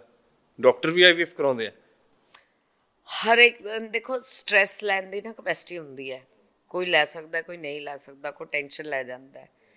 ਸੋ ਡਿਪੈਂਡਿੰਗ ਔਨ ਦ ਥਿੰਗ ਕਿ ਤੁਹਾਨੂੰ ਫੈਮਿਲੀ ਇਨਵਾਇਰਨਮੈਂਟ ਕਿਹੜਾ ਮਿਲ ਰਿਹਾ ਹੈ, ਕੀ ਹੈ ਅੰਦਰ। ਮਤਲਬ ਪੇਸ਼ੈਂਟ ਟੂ ਪੇਸ਼ੈਂਟ ਵੀ, ਹਾਂ ਡਾਕਟਰਸ ਨੂੰ ਸਟ੍ਰੈਸ ਹੁੰਦਾ ਹੈ, ਪਰ ਵਧੀਆ ਨਾ, ਜਦੋਂ ਡਾਕਟਰ ਸਟ੍ਰੈਸ ਲੈਣਗੇ ਤਦ ਹੀ ਤਾਂ ਉਹ ਲੋਕਾਂ ਦਾ ਸਟ੍ਰੈਸ ਦੂਰ ਕਰਨਗੇ। ਇਹ ਸਟ੍ਰੈਸ ਹੁੰਦਾ ਵੈਸੇ ਡਾਕਟਰਾਂ ਤੇ? ਤੁਹਾਡੇ ਤੇ ਤੁਸੀਂ ਕਿੰਨਾ ਕੁ ਸਟ੍ਰੈਸ ਲੈ ਕੇ ਸਟ੍ਰੈਸ ਹੁੰਦਾ? ਕਿਉਂਕਿ ਮੇਰੇ ਕੁਛ ਇੱਕ ਦੋਸਤ ਹੈਗੇ ਆ ਡਾਕਟਰ, ਖਾਸ ਤੌਰ ਤੇ ਉਹ ਕੁਛ ਇੱਕ ਤਾਂ ਇਸ ਕਰਕੇ ਪਹਿਲਾਂ ਸ਼ਰਾਬ ਨਹੀਂ ਪੀਂਦੇ ਸੀ, ਉਹ ਇਸ ਕਰਕੇ ਸ਼ਰਾਬ ਪੀਣ ਲੱਗ ਗਏ, ਕਹਿੰਦੇ ਕਿ ਸਟ੍ਰੈਸ ਬਹੁਤ ਹੁੰਦਾ, ਨੀਂਦ ਨਹੀਂ ਆਉਂਦੀ। ਰੀਲਸ ਨਹੀਂ ਦੇਖੀ? ਡਾਕਟਰ ਇੱਕ ਬੈਠਿਆ, ਮੈਂ ਸ਼ਰਾਬ ਨੂੰ ਪ੍ਰਮੋਟ ਨਹੀਂ ਕਰ ਰਿਹਾ ਵੈਸੇ। ਪੇਸ਼ੈਂਟ ਨੂੰ ਦੱਸ ਰਿਹਾ ਕਿ ਡਾਈਟ ਕੋਕ ਨਹੀਂ ਪੀਣਾ, ਤੁਸੀਂ ਬਰੋਕਲੀ ਖਾਣੀ ਹੈ, ਤੁਸੀਂ 버ਗਰ ਨਹੀਂ ਖਾਂਦੇ। ਫਿਰ ਡਾਕਟਰ ਅੰਦਰ ਜਾਂਦਾ ਹੈ, ਅੰਦਰ ਜਾ ਕੇ ਡਾਈਟ ਕੋਕ ਤੇ 버ਗਰ, ਵੈਸੇ ਮੈਂ ਵੀ ਖਾਂਦੀ ਹਾਂ। ਮੈਂ ਪੇਸ਼ੈਂਟ ਨੂੰ ਕਹਿੰਦੀ ਹਾਂ ਚਿਪਸ ਨਾ ਖਾਓ, ਨਾ ਖਾਓ, ਮੈਂ ਜਾ ਕੇ ਪਹਿਲਾਂ ਬਾਹਰ ਨਾ ਚਾਹ ਵਾਲੀ ਦੁਕਾਨ ਤੋਂ ਚਿਪਸ ਦਾ ਪੈਕਟ ਲੈਂਦੀ ਹਾਂ ਤੇ ਇੱਕ ਡਾਈਟ ਕੋਕ ਲੈਂਦੀ ਹਾਂ। ਡਿਪੈਂਡ ਕਰਦਾ ਹੈ। ਪਰ ਤੁਸੀਂ ਉਹ ਚੀਜ਼ ਸੁਣੀ ਹੈ, ਇੱਕ ਨਾ ਬੱਚੇ ਨੂੰ ਲੈ ਕੇ ਜਾਂਦੇ ਆ, ਉਹ ਪਿੰਡਾਂ ਦੇ ਵਿੱਚ ਪੁਰਾਣੀ ਕਹਾਵਤ ਹੈ ਵੀ ਇੱਕ ਬਾਬੇ ਕੋਲ ਲੈ ਕੇ ਜਾਂਦੇ ਆ ਵੀ ਬਾਬਾ ਜੀ ਇਹ ਗੁੜ ਨਹੀਂ ਖਾਣਾ ਛੱਡਦਾ, ਗੁੜ ਬਹੁਤ ਖਾਂਦਾ। ਉਹ ਕਹਿੰਦਾ ਠੀਕ ਹੈ, ਤੁਸੀਂ, ਬਾਬਾ ਕਹਿੰਦਾ 15 ਕੁ ਦਿਨਾਂ ਬਾਅਦ ਇਸ ਬੱਚੇ ਨੂੰ ਲੈ ਕੇ ਆਇਓ ਮੇਰੇ ਕੋਲੇ। ਉਹ ਕਹਿੰਦੇ ਠੀਕ ਹੈ। 15 ਦਿਨਾਂ ਬਾਅਦ ਉਹ ਲੈ ਕੇ ਜਾਂਦੇ ਆ ਬੱਚੇ ਨੂੰ ਬਾਬੇ ਦੇ ਕੋਲ, ਤਾਂ ਉਹ ਕਹਿੰਦੇ ਕਿ ਬੇਟਾ ਤੂੰ ਗੁੜ ਨਾ ਖਾਇਆ ਕਰ, ਇਹ ਸਿਹਤ ਦੇ ਲਈ ਹਾਨੀਕਾਰਕ ਹੈ, ਤੇਰੇ ਦੰਦ ਖਰਾਬ ਹੋ ਜਾਣਗੇ, ਤੂੰ ਛੋਟਾ ਹਜੇ, ਕੀੜੇ ਲੱਗ ਜਾਣਗੇ ਦੰਦਾਂ ਦੇ ਵਿੱਚ। ਉਹ ਕਹਿੰਦੇ ਠੀਕ ਹੈ ਜੀ। ਉਹ ਕਹਿੰਦੇ ਬਾਬਾ ਜੀ ਤੁਸੀਂ ਜੇ 15 ਦਿਨ ਪਹਿਲਾਂ ਜਦੋਂ ਆਏ ਅਸੀਂ ਇੰਨੀ ਦੂਰੋਂ ਉਦੋਂ ਹੀ ਇਹ ਗੱਲ ਕਹਿ ਦਿੰਦੇ ਵੀ ਗੁੜ ਨਾ ਖਾਇਆ ਕਰ। ਉਹ ਕਹਿੰਦਾ ਉਦੋਂ ਮੈਂ ਵੀ ਖਾਂਦਾ ਸੀਗਾ। ਕਹਿੰਦਾ ਹੁਣ ਮੈਂ ਛੱਡਿਆ ਤਾਂ ਕਰਕੇ, ਕਹਿੰਦਾ ਹੁਣ ਮੈਨੂੰ ਲੱਗਦਾ ਮੇਰੀ ਗੱਲ ਦਾ ਜ਼ਿਆਦਾ ਵਜਨ ਬੱਚੇ ਤੇ ਦੇਖੋ ਹਰ ਚੀਜ਼ ਕਰਨੀ ਚਾਹੀਦੀ ਹੈ ਪਰ ਮੋਡਰੇਸ਼ਨ ਵਿੱਚ। ਮੇਰਾ ਇੱਕ ਚੀਜ਼ ਹੈ, ਮਤਲਬ ਜਿਹੜਾ ਵੀ ਤੁਸੀਂ ਖਾਓ ਇੰਜ ਨਹੀਂ ਕਿ ਬਿਲਕੁਲ ਹੀ ਬੰਦ ਕਰ ਦਿਓ, ਉਹ ਹੋਰ ਸਟ੍ਰੈਸਫੁਲ ਹੁੰਦਾ ਹੈ। ਕਿ ਤੁਸੀਂ ਸਾਰਾ ਦਿਨ ਦੇਖੀ ਜਾਓ ਮੈਂ ਕੀ ਖਾਣਾ ਮੈਂ ਕੀ ਨਹੀਂ ਖਾਣਾ। ਜਿਹੜੀ ਚੀਜ਼ ਖਾਓ ਮੋਡਰੇਸ਼ਨ ਵਿੱਚ ਖਾਓ। ਅੱਜ ਕੱਲ੍ਹ ਜਿਹੜਾ ਡਾਈਟਿੰਗ ਵਾਲਾ ਟ੍ਰੈਂਡ ਚੱਲਿਆ ਕਿ ਹਰ ਬੰਦਾ ਕਹਿੰਦਾ ਠੀਕ ਠਾਕ, ਜਿਹੜੇ ਕੋਈ ਐਕਟਰ ਮਾਡਲ ਉਹ ਤਾਂ ਚਲੋ ਡਾਈਟਿੰਗ ਕੰਸਲਟ ਕਰਦੇ ਆ ਕੋਈ ਡਾਈਟੀਸ਼ੀਅਨ ਦੇ ਕੋਲੋਂ ਕਿ ਆਹ ਚੀਜ਼ਾਂ ਖਾਣੀਆਂ। ਇਹ ਟ੍ਰੈਂਡ ਨੂੰ ਕਿਵੇਂ ਦੇਖਦੇ ਹੋ ਤੁਸੀਂ? ਬਿਲਕੁਲ, ਦੇਖੋ ਹੁਣ ਅੱਜ ਕੱਲ੍ਹ ਨਾ ਇੱਕ ਹੋਰ ਬੜੀ ਪ੍ਰੋਬਲਮ ਹੈ, ਤੁਸੀਂ ਦੇਖਿਆ ਹੋਵੇਗਾ ਆਦਮੀਆਂ ਵਿੱਚ ਜਿਮ ਜਾਣਾ, ਹਰੇਕ ਨੂੰ ਬੋਡੀ ਬਣਾਉਣੀ ਹੈ, ਲੇਡੀਜ਼ ਨੂੰ ਵੀ ਜੈਂਟਸ ਨੂੰ ਵੀ। 6 ਪੈਕ ਐਬਸ ਹੋਣੇ ਚਾਹੀਦੇ ਆ, ਬਿਲਕੁਲ ਐਂਡ ਫਿਟ ਹੋਣਾ ਚਾਹੀਦਾ। ਉਹਦੇ ਵਾਸਤੇ ਸਪਲੀਮੈਂਟਸ ਲੈਣੇ। ਹੁਣ ਲੋਕੀ ਇਹ ਨਹੀਂ ਰਿਅਲਾਈਜ਼ ਕਰਦੇ ਕਿ ਸਪਲੀਮੈਂਟਸ ਵਿੱਚ ਕਿੰਨੇ ਸਟੀਰੋਇਡਸ ਹੈ ਤੇ ਉਹ ਬੋਡੀ ਵਿੱਚ ਕੀ ਹਾਰਮ ਕਰਨਗੇ। ਤਾਂ ਮੈਂ ਸਿਰਫ ਪ੍ਰੈਗਨੈਂਸੀ ਬਾਰੇ ਨਹੀਂ, ਬਾਕੀ ਵੀ ਕਹਿ ਰਹੀ ਹਾਂ ਕਿ ਲਿਵਰ ਡੈਮੇਜ ਹੋ ਸਕਦਾ ਹੈ, ਤੁਹਾਡਾ ਸਪਰਮ ਕਾਊਂਟ ਡੈਮੇਜ ਹੋ ਸਕਦਾ ਹੈ। ਲੇਡੀਜ਼ ਨੂੰ ਤੁਸੀਂ ਅੱਜ ਕੱਲ੍ਹ ਉਹ ਦੇਖੇ ਹੋਣਗੇ ਟੀਕੇ ਆ ਗਏ ਆ, ਮੰਜਾਰੋ, ਓਜ਼ੰਬਿਕ, ਸਾਰੇ ਕਹਿੰਦੇ ਆ ਬਸ ਮਹੀਨੇ 'ਚ ਪਤਲੇ ਹੋ ਜਾਓ। ਮਤਲਬ ਇਹ ਨਾ ਜਿਹੜੀ ਪ੍ਰੋਬਲਮਸ ਹੈ ਬਹੁਤ ਕਾਮਨ ਹੋ ਗਈਆਂ ਹੁਣ, ਤੇ ਇਹਨਾਂ ਦੇ ਨਾਲ ਇਹ ਇਨਫਰਟੀਲਿਟੀ ਵੀ ਕਾਜ਼ ਕਰਦੇ ਆ, ਬਾਂਝਪਨ ਦੀ ਸਮੱਸਿਆ ਵੀ ਕਾਜ਼ ਕਰਦੇ ਆ। ਤੁਸੀਂ ਦੇਖਿਆ ਹੋਗਾ ਬੋਡੀ ਬਿਲਡਰਸ ਆ, ਉਹਨਾਂ ਨੂੰ ਸਡਨ ਹਾਰਟ ਅਟੈਕ ਆਉਣ ਲੱਗ ਗਏ ਆ, ਹੈ ਨਾ, ਬਿਕੋਜ਼ ਇੰਨੇ ਸਟੀਰੋਇਡਸ ਤੇ ਸਾਰਾ ਹਾਰਮੋਨਲ ਸਾਈਕਲ ਹੈ। ਖਾਲੀ ਹਾਰਮੋਨਸ ਦੇ ਨਾਲ ਪ੍ਰੈਗਨੈਂਸੀ ਨਹੀਂ, ਸਾਰੀ ਬੋਡੀ ਸਾਡੀ ਬ੍ਰੇਨ ਦੇ ਸਿਗਨਲਸ ਨਾਲ ਚੱਲਦੀ ਹੈ ਤੇ ਫਿਰ ਉਹ ਸਾਰਾ ਡਿਸਟਰਬ ਹੋ ਜਾਂਦਾ ਹੈ। ਜਿਹੜਾ ਇਹ ਟ੍ਰੈਂਡ ਹੈ ਖਾਸ ਤੌਰ ਤੇ ਬੀਬੀਆਂ ਦੇ ਵਿੱਚ ਬਹੁਤ ਜ਼ਿਆਦਾ, ਕਿ ਉਹ ਐਡਸ ਵੀ ਬਹੁਤ ਸਾਰੀਆਂ ਚੱਲਦੀਆਂ ਅੱਜ ਕੱਲ੍ਹ, ਤਾਂ ਗੱਡੀਆਂ ਦੇ ਪਿੱਛੇ ਲਿਖੇ ਹੁੰਦੇ ਆ ਐਡਵਰਟੀਜ਼ਮੈਂਟ ਕਿ ਵਜਨ ਘਟਾਓ 15 ਦਿਨਾਂ ਦੇ ਵਿੱਚ 10 ਕਿਲੋ ਵਜਨ ਘਟਾ। ਨਹੀਂ, ਮੈਂ ਨਹੀਂ ਮੰਨਦੀ ਇਹ ਗੱਲ। ਆਈ ਥਿੰਕ ਤੁਸੀਂ ਇਸ ਪ੍ਰੋਫੈਸ਼ਨ 'ਚ 30 ਸਾਲਾਂ ਤੋਂ ਆਉਂ ਡਾਕਟਰੀ ਕਿੱਤੇ ਦੇ ਵਿੱਚ, ਤੁਹਾਨੂੰ ਲੱਗਦਾ ਹੈ ਕਿ ਸਭ ਝੂਠ ਹੈ? ਮਤਲਬ 15 ਦਿਨਾਂ ਦੇ 20 ਦਿਨਾਂ 'ਚ ਮਹੀਨੇ 'ਚ 10-15 ਕਿਲੋ ਵਜਨ ਨਹੀਂ ਘਟ ਸਕਦਾ। Related to infertility, but fitness ਦੇ ਹਿਸਾਬ ਨਾਲ ਆਈਡੀਅਲੀ ਤੁਸੀਂ ਮੰਥ ਵਿੱਚ 2 ਜਾਂ 3 ਕਿਲੋ ਹੀ ਲੂਜ਼ ਕਰੋ। ਉਹਦੇ ਨਾਲ ਹੁਣ ਜੇ ਤੁਸੀਂ ਅਚਾਨਕ ਇੰਨਾ ਵਜ਼ਨ ਘਟਾਓਗੇ ਤਾਂ ਸਾਈਡ ਇਫੈਕਟ ਵੀ ਹੋਣਗੇ। ਬਿਲਕੁਲ, ਹੁਣ ਪੀਸੀਓਡੀ ਹੈ, ਮਤਲਬ ਕਿ ਇਰੈਗੂਲਰ ਬਹੁਤ ਕਾਮਨ ਹੋ ਗਈ ਹੈ, ਅਨਮੈਰਿਡ ਗਰਲਸ ਵਿੱਚ ਵੀ ਹੋ ਗਈ ਹੈ। ਬਾਂਝਪਨ ਦਾ ਇੱਕ ਮੇਜਰ ਕਾਰਨ ਵੀ ਹੈ ਉਹ, ਠੀਕ ਹੈ। ਉਹਦੇ ਵਾਸਤੇ ਉਹਦੇ ਵਿੱਚ ਵੇਟ ਵਧੀ ਜਾਂਦਾ ਹੈ, ਹਾਰਮੋਨਲ ਇੰਬੈਲੈਂਸ ਹੋ ਜਾਂਦਾ ਹੈ, ਘਟਦਾ ਨਹੀਂ ਹੈ। ਤੇ ਉਸ ਟਾਈਮ ਲੇਡੀਜ਼ ਨੂੰ ਹੁੰਦਾ ਵੇਟ ਘਟਾਓ, ਪਰ ਉਹ ਜਿਹੜੀ ਮੇਨ ਸਮੱਸਿਆ ਹੈ ਹਾਰਮੋਨਲ ਇੰਬੈਲੈਂਸ ਦੀ, ਜਦ ਤੱਕ ਉਹ ਨਹੀਂ ਠੀਕ ਹੋਏਗੀ ਨਾ ਕੁਝ ਨਹੀਂ ਹੋ ਸਕਦਾ। ਉਹ ਮਤਲਬ ਕਿ 15 ਦਿਨ ਵਿੱਚ ਨਹੀਂ ਹੋ ਸਕਦੀ, ਹਫਤੇ ਵਿੱਚ ਨਹੀਂ ਹੋ ਸਕਦੀ, ਠੀਕ। ਹੌਲੀ ਹੌਲੀ ਹਰ ਜਰਨੀ ਟਾਈਮ ਲੈਂਦੀ ਹੈ। ਕੁੜੀਆਂ ਨੂੰ ਬਹੁਤ ਸਾਰੀਆਂ ਸਮੱਸਿਆਵਾਂ ਆਉਣ ਲੱਗੀਆਂ ਕਿਉਂਕਿ ਇਸ ਦਾ ਐਡਵਰਟੀਜ਼ਮੈਂਟ ਵੀ ਦੇਖਦੇ ਆ ਜਾਂ ਹੋਰ ਬਹੁਤ ਸਾਰੀਆਂ ਚੀਜ਼ਾਂ, ਡਾਕਟਰਸ ਦੇ ਨਾਲ ਗੱਲਬਾਤ ਹੁੰਦੀ ਹੈ ਤਾਂ ਪੀਸੀਓਡੀ ਜਾਂ ਹੋਰ ਬਹੁਤ ਸਾਰੀਆਂ ਦਿੱਕਤਾਂ ਆਉਣ ਲੱਗੀਆਂ। ਇਹ ਵਿਗੜਦਾ ਲਾਈਫ ਸਟਾਈਲ ਹੀ ਹੈ ਜਾਂ ਜਦੋਂ ਤੁਸੀਂ ਸਟਾਰਟ ਕੀਤਾ 30 ਸਾਲ ਪਹਿਲਾਂ ਉਦੋਂ ਵੀ ਸੇਮ ਪ੍ਰੋਬਲਮਸ ਹੈਗੀਆਂ ਸੀ ਜਾਂ ਹੁਣ ਜ਼ਿਆਦਾ ਹੋਈਆਂ? ਪਰ ਹੁਣ ਬਹੁਤ ਜ਼ਿਆਦਾ ਹੋ ਗਈ ਹੈ। ਸਾਡਾ ਲਾਈਫ ਸਟਾਈਲ ਹੀ, ਤੁਸੀਂ ਦੇਖੋ ਖਾਣਾ ਖਾਂਦੇ ਆ ਸਾਰੇ ਜਣੇ, ਸਾਰੇ ਪਾੜੀ ਦੀ ਜਿਹੜਾ ਲਾਈਫ ਸਟਾਈਲ ਹੈ ਸਾਡਾ। ਬਿਲਕੁਲ ਮੋਬਾਈਲ ਦਾ ਕਿੰਨਾ ਯੂਜ਼ੇਜ ਹੋ ਗਿਆ। ਪਹਿਲੇ ਤੁਸੀਂ ਸੋਚ ਸਕਦੇ ਸੀ ਤੁਸੀਂ 4 ਜਣੇ ਘਰੇ ਬਹਿ ਕੇ ਖਾਣਾ ਖਾ ਰਹੇ ਹੋ ਤਾਂ ਕੋਈ ਕਿਸੇ ਨਾਲ ਗੱਲ ਹੀ ਨਹੀਂ ਕਰਦਾ, ਸਾਰੇ ਮੋਬਾਈਲ ਚਲਾਉਂਦੇ ਆ। ਅਸੀਂ ਵੀ ਤਾਂ ਇਹੋ ਹੀ ਕਰਦੇ ਹਾਂ, if you C. So life style ਬਹੁਤ ਖਰਾਬ ਹੋ ਗਿਆ ਹੈ। ਮਤਲਬ ਉਹ ਇੱਕ ਨਾ ਸਟੋਰੀ ਆਉਂਦੀ ਹੈ, ਪਹਿਲੇ ਬੰਦਾ ਸਾਈਕਲ ਲੈਂਦਾ ਹੈ, ਫਿਰ ਉਹਨੂੰ ਕਾਰ ਦੀ ਚਾਹਤ ਆਉਂਦੀ ਹੈ, ਕਾਰ ਆਉਂਦੀ ਹੈ, ਫਿਰ ਉਹਦਾ ਪੇਟ ਵੱਧ ਜਾਂਦਾ ਹੈ, ਫਿਰ ਉਹ ਸਾਈਕਲ ਚਲਾਉਂਦਾ ਵੇਟ ਲੂਜ਼ ਕਰਨ ਨੂੰ, ਬੈਕ ਟੂ ਸਕੁਅਰ ਵਨ। ਫਿਰ ਉੱਥੇ ਸਾਈਕਲ, ਪਰ ਹੁਣ ਸਾਈਕਲ ਬਦਲ ਗਿਆ, ਹੁਣ ਸਾਈਕਲ ਘਰ ਦੇ ਅੰਦਰ ਆਬਵੀਅਸਲੀ। ਸੋ ਫਿਜ਼ੀਕਲ ਫਿਟਨੈਸ, ਪਹਿਲਾਂ ਸਾਈਕਲ ਚੱਲਦਾ ਸੀ, ਫਰੈਸ਼ ਏਅਰ ਆ ਜਾਂਦੀ ਸੀ, ਬੰਦਾ ਇੱਧਰ ਉੱਧਰ ਗਲੀਆਂ 'ਚ ਘੁੰਮਦਾ ਸੀ, ਫਰੈਸ਼ ਏਅਰ ਹੁੰਦੀ। ਸੋ ਤੁਸੀਂ ਮਤਲਬ ਹੈਲਦੀ ਲਾਈਫ ਸਟਾਈਲ, ਅਸੀਂ ਕੁਝ ਚੀਜ਼ਾਂ ਨਹੀਂ ਚੇਂਜ ਕਰ ਸਕਦੇ। ਮੈਂ ਕੁਝ ਚੀਜ਼ਾਂ ਚੈਟ ਜੀਪੀਟੀ ਨੂੰ ਪੁੱਛ ਰਿਹਾ ਸੀਗਾ IVF ਦੇ ਸੰਬੰਧਿਤ। ਚੈਟ ਜੀਪੀਟੀ ਕਹਿ ਰਿਹਾ ਕਿ ਮੋਬਾਈਲ ਦਾ ਜ਼ਿਆਦਾ ਯੂਜ਼ ਵੀ ਬਾਂਝਪਨ ਨੂੰ ਵਧਾਉਂਦਾ, ਸਕਰੀਨ ਟਾਈਮਿੰਗ। ਦੇਖੋ ਡੈਫੀਨੇਟਲੀ ਸਕਰੀਨ ਟਾਈਮ, ਬਹੁਤ ਸਟੱਡੀਜ਼ ਹੋਈਆਂ ਕਿ ਤੁਸੀਂ ਸਾਰਾ ਦਿਨ ਮੋਬਾਈਲ ਸੁਣੋਗੇ, ਬੰਦਾ ਇੱਕ ਤਾਂ ਤੁਹਾਡੇ ਆਪਣੇ ਵਾਈਫ ਨਾਲ ਹੀ ਰਿਲੇਸ਼ਨ ਖਰਾਬ ਹੋ ਜਾਣਗੇ, ਤੁਹਾਡੀ ਜਿਹੜੀ ਫਿਜ਼ੀਕਲ ਇੰਟੀਮੇਸੀ ਹੈ ਉਹ ਹੀ ਘਟ ਜਾਣੀ ਹੈ, ਤੁਸੀਂ ਸਾਰਾ ਟਾਈਮ ਮੋਬਾਈਲ ਹੀ ਚਲਾਓਗੇ। ਦੂਜਾ, ਕੁਝ ਸਟੱਡੀਜ਼ ਆਈਆਂ ਕਿ ਹਾਰਮਫੁਲ ਰੇਜ਼ ਨਿਕਲਦੀਆਂ, ਉਹ ਡੈਮੇਜ ਕਰਦੀਆਂ। ਜਿਵੇਂ ਕਹਿੰਦੇ ਕਿ ਲੈਪਟਾਪ ਤੁਸੀਂ ਕਦੇ ਥਾਈ 'ਤੇ ਨਾ ਰੱਖੋ, ਮਤਲਬ ਜਦ ਤੁਸੀਂ ਲੇਟੇ ਹੋਏ ਹੋ ਨਾ ਰੱਖੋ, ਉਹਦੇ ਨਾਲ ਟੈਸਟੀਕੂਲਰ ਡੈਮੇਜ ਵੀ ਹੋ ਸਕਦਾ ਹੈ। ਬਹੁਤ ਵੈਸੇ ਇਹ ਗੱਲ ਰਿਸਰਚ ਸਟੱਡੀਜ਼ ਚੱਲ ਰਹੀਆਂ ਕਿ ਥੋੜਾ ਸਪਰਮ ਕਾਊਂਟ ਹੋ ਸਕਦਾ ਹੈ, ਬਟ ਮੇਨ ਹੈ ਕਿ ਜਦ ਤੁਸੀਂ ਸਿਰਫ ਸਾਰਾ ਦਿਨ ਇੰਟਰਨੈਟ ਤੇ ਰਹੋਗੇ, ਸਾਰਾ ਦਿਨ ਮੋਬਾਈਲ ਚਲਾਓਗੇ, ਤੁਹਾਡੀ ਫਿਜ਼ੀਕਲ ਐਕਟੀਵਿਟੀ ਜ਼ੀਰੋ ਹੋ ਜਾਏਗੀ, ਉਹ ਇਟਸੈਲਫ ਇਨਫਰਟੀਲਿਟੀ ਕਾਜ਼ ਕਰ ਦੇਗੀ। 6 ਤੋਂ 8 ਘੰਟੇ ਕਹਿੰਦੇ ਨੀਂਦ ਲੈਣੀ ਲਾਜ਼ਮੀ ਹੈ, ਬਿਲਕੁਲ ਬਹੁਤ ਜ਼ਰੂਰੀ ਹੈ। ਪਰ ਅੱਜ ਕੱਲ ਤਾਂ ਨੀਂਦ ਆਉਂਦੀ ਨਹੀਂ ਲੋਕਾਂ ਨੂੰ, ਨਹੀਂ ਆਤੀ ਹੈ, ਬੇਟਾਈਮ ਆਤੀ ਹੈ। ਇਹ ਟਾਈਮ ਇਹ ਸਾਡਾ ਜਿਹੜਾ ਗੱਲ ਫਿਰ ਆਪਾਂ ਲਾਈਫ ਸਟਾਈਲ ਤੇ ਜ਼ਿਆਦਾ ਇਸ ਕਰਕੇ ਕਰ ਰਹੇ ਹਾਂ, ਕਿਉਂਕਿ ਮੈਨੂੰ ਲੱਗਦਾ ਸਾਰੇ ਸਿਆਪੇ ਦੀ ਜੜ ਸਾਡਾ ਲਾਈਫ ਸਟਾਈਲ ਹੈ, ਕਿਉਂਕਿ ਲੋਕਾਂ ਨੂੰ ਲੇਟ ਤੱਕ ਜਾਗਣ ਦੀ ਆਦਤ ਪੈ ਗਈ ਹੈ, ਇਹਦੇ ਕਰਕੇ ਵੀ ਦਿੱਕਤਾਂ ਹੋਈਆਂ ਨੇ। बिल्कुल होता ही है। क्योंकि बाहर एक तो कल्चर जेड़ा साडा, क्योंकि मैं आपको ना बात बताती हूँ लाइफस्टाइल की। चलो हम बात करें, मतलब कोविड विच की होया कि लोकी वेले हो गए, ठीक है ना, घरे बैठे किन्ना को मोबाइल चला लोगे, हस्बैंड वाइफ है। मेरे इन्ने पेशेंट्स ना प्रेगनेंट हो गए, बड़ी स्ट्रेंज गल है, क्योंकि स्ट्रेस नहीं सी, स्पर्म काउंट बेटर हो गया, सारा कुछ बंद है। ਹਸਬੈਂਡ ਨੂੰ ਕੋਈ ਟੈਨਸ਼ਨ ਨਹੀਂ ਕੰਮ ਕਾਜ ਦੀ, ਜਿਵੇਂ ਕੋਈ ਬੈਂਕਰ ਹੈ, ਕੋਈ IT ਸੈਕਟਰ ਦਾ ਹੈ, ਉਹ ਘਰੇ ਕੰਮ ਕਰ ਰਿਹਾ, ਜਿਹੜਾ ਤਣਾਅ ਜਿਹੜਾ ਹੈ ਘਟ ਗਿਆ। ਕਿੰਨੇ ਪੇਸ਼ੈਂਟ ਨੋਰਮਲ IVF ਵਿੱਚ ਉਹਨਾਂ ਦਾ ਸਪਰਮ ਕਾਊਂਟ ਵੀ ਇਨਕਰੀਜ਼ ਹੋ ਗਿਆ। ਮਤਲਬ ਤੁਸੀਂ ਦੇਖੋ ਕਿ ਲਾਈਫ ਸਟਾਈਲ ਸਟ੍ਰੈਸ ਵਗੈਰਾ ਕਿੰਨਾ ਕਰਦਾ ਹੈ। ਪਰ ਹਾਂ, ਅਗਰ ਆਪਾਂ ਸੋਚੀ ਜਾਈਏ ਕਿ ਅਸੀਂ ਸਟ੍ਰੈਸ ਠੀਕ ਕਰ ਲਈਏ, ਬੱਚਾ ਫੇਰ ਹੋ ਜਾਊਗਾ, ਉਹ ਵੀ ਨਹੀਂ ਹੁੰਦਾ। ਕੁਝ ਲਿਮਿਟ ਤੱਕ ਤੁਸੀਂ ਵੇਟ ਕਰ ਸਕਦੇ ਹੋ, ਉਸ ਤੋਂ ਬਾਅਦ ਨਹੀਂ। ਕੰਬੀਨੇਸ਼ਨ ਸਾਰੀਆਂ ਚੀਜ਼ਾਂ ਦਾ ਬਿਲਕੁਲ ਕੰਬੀਨੇਸ਼ਨ।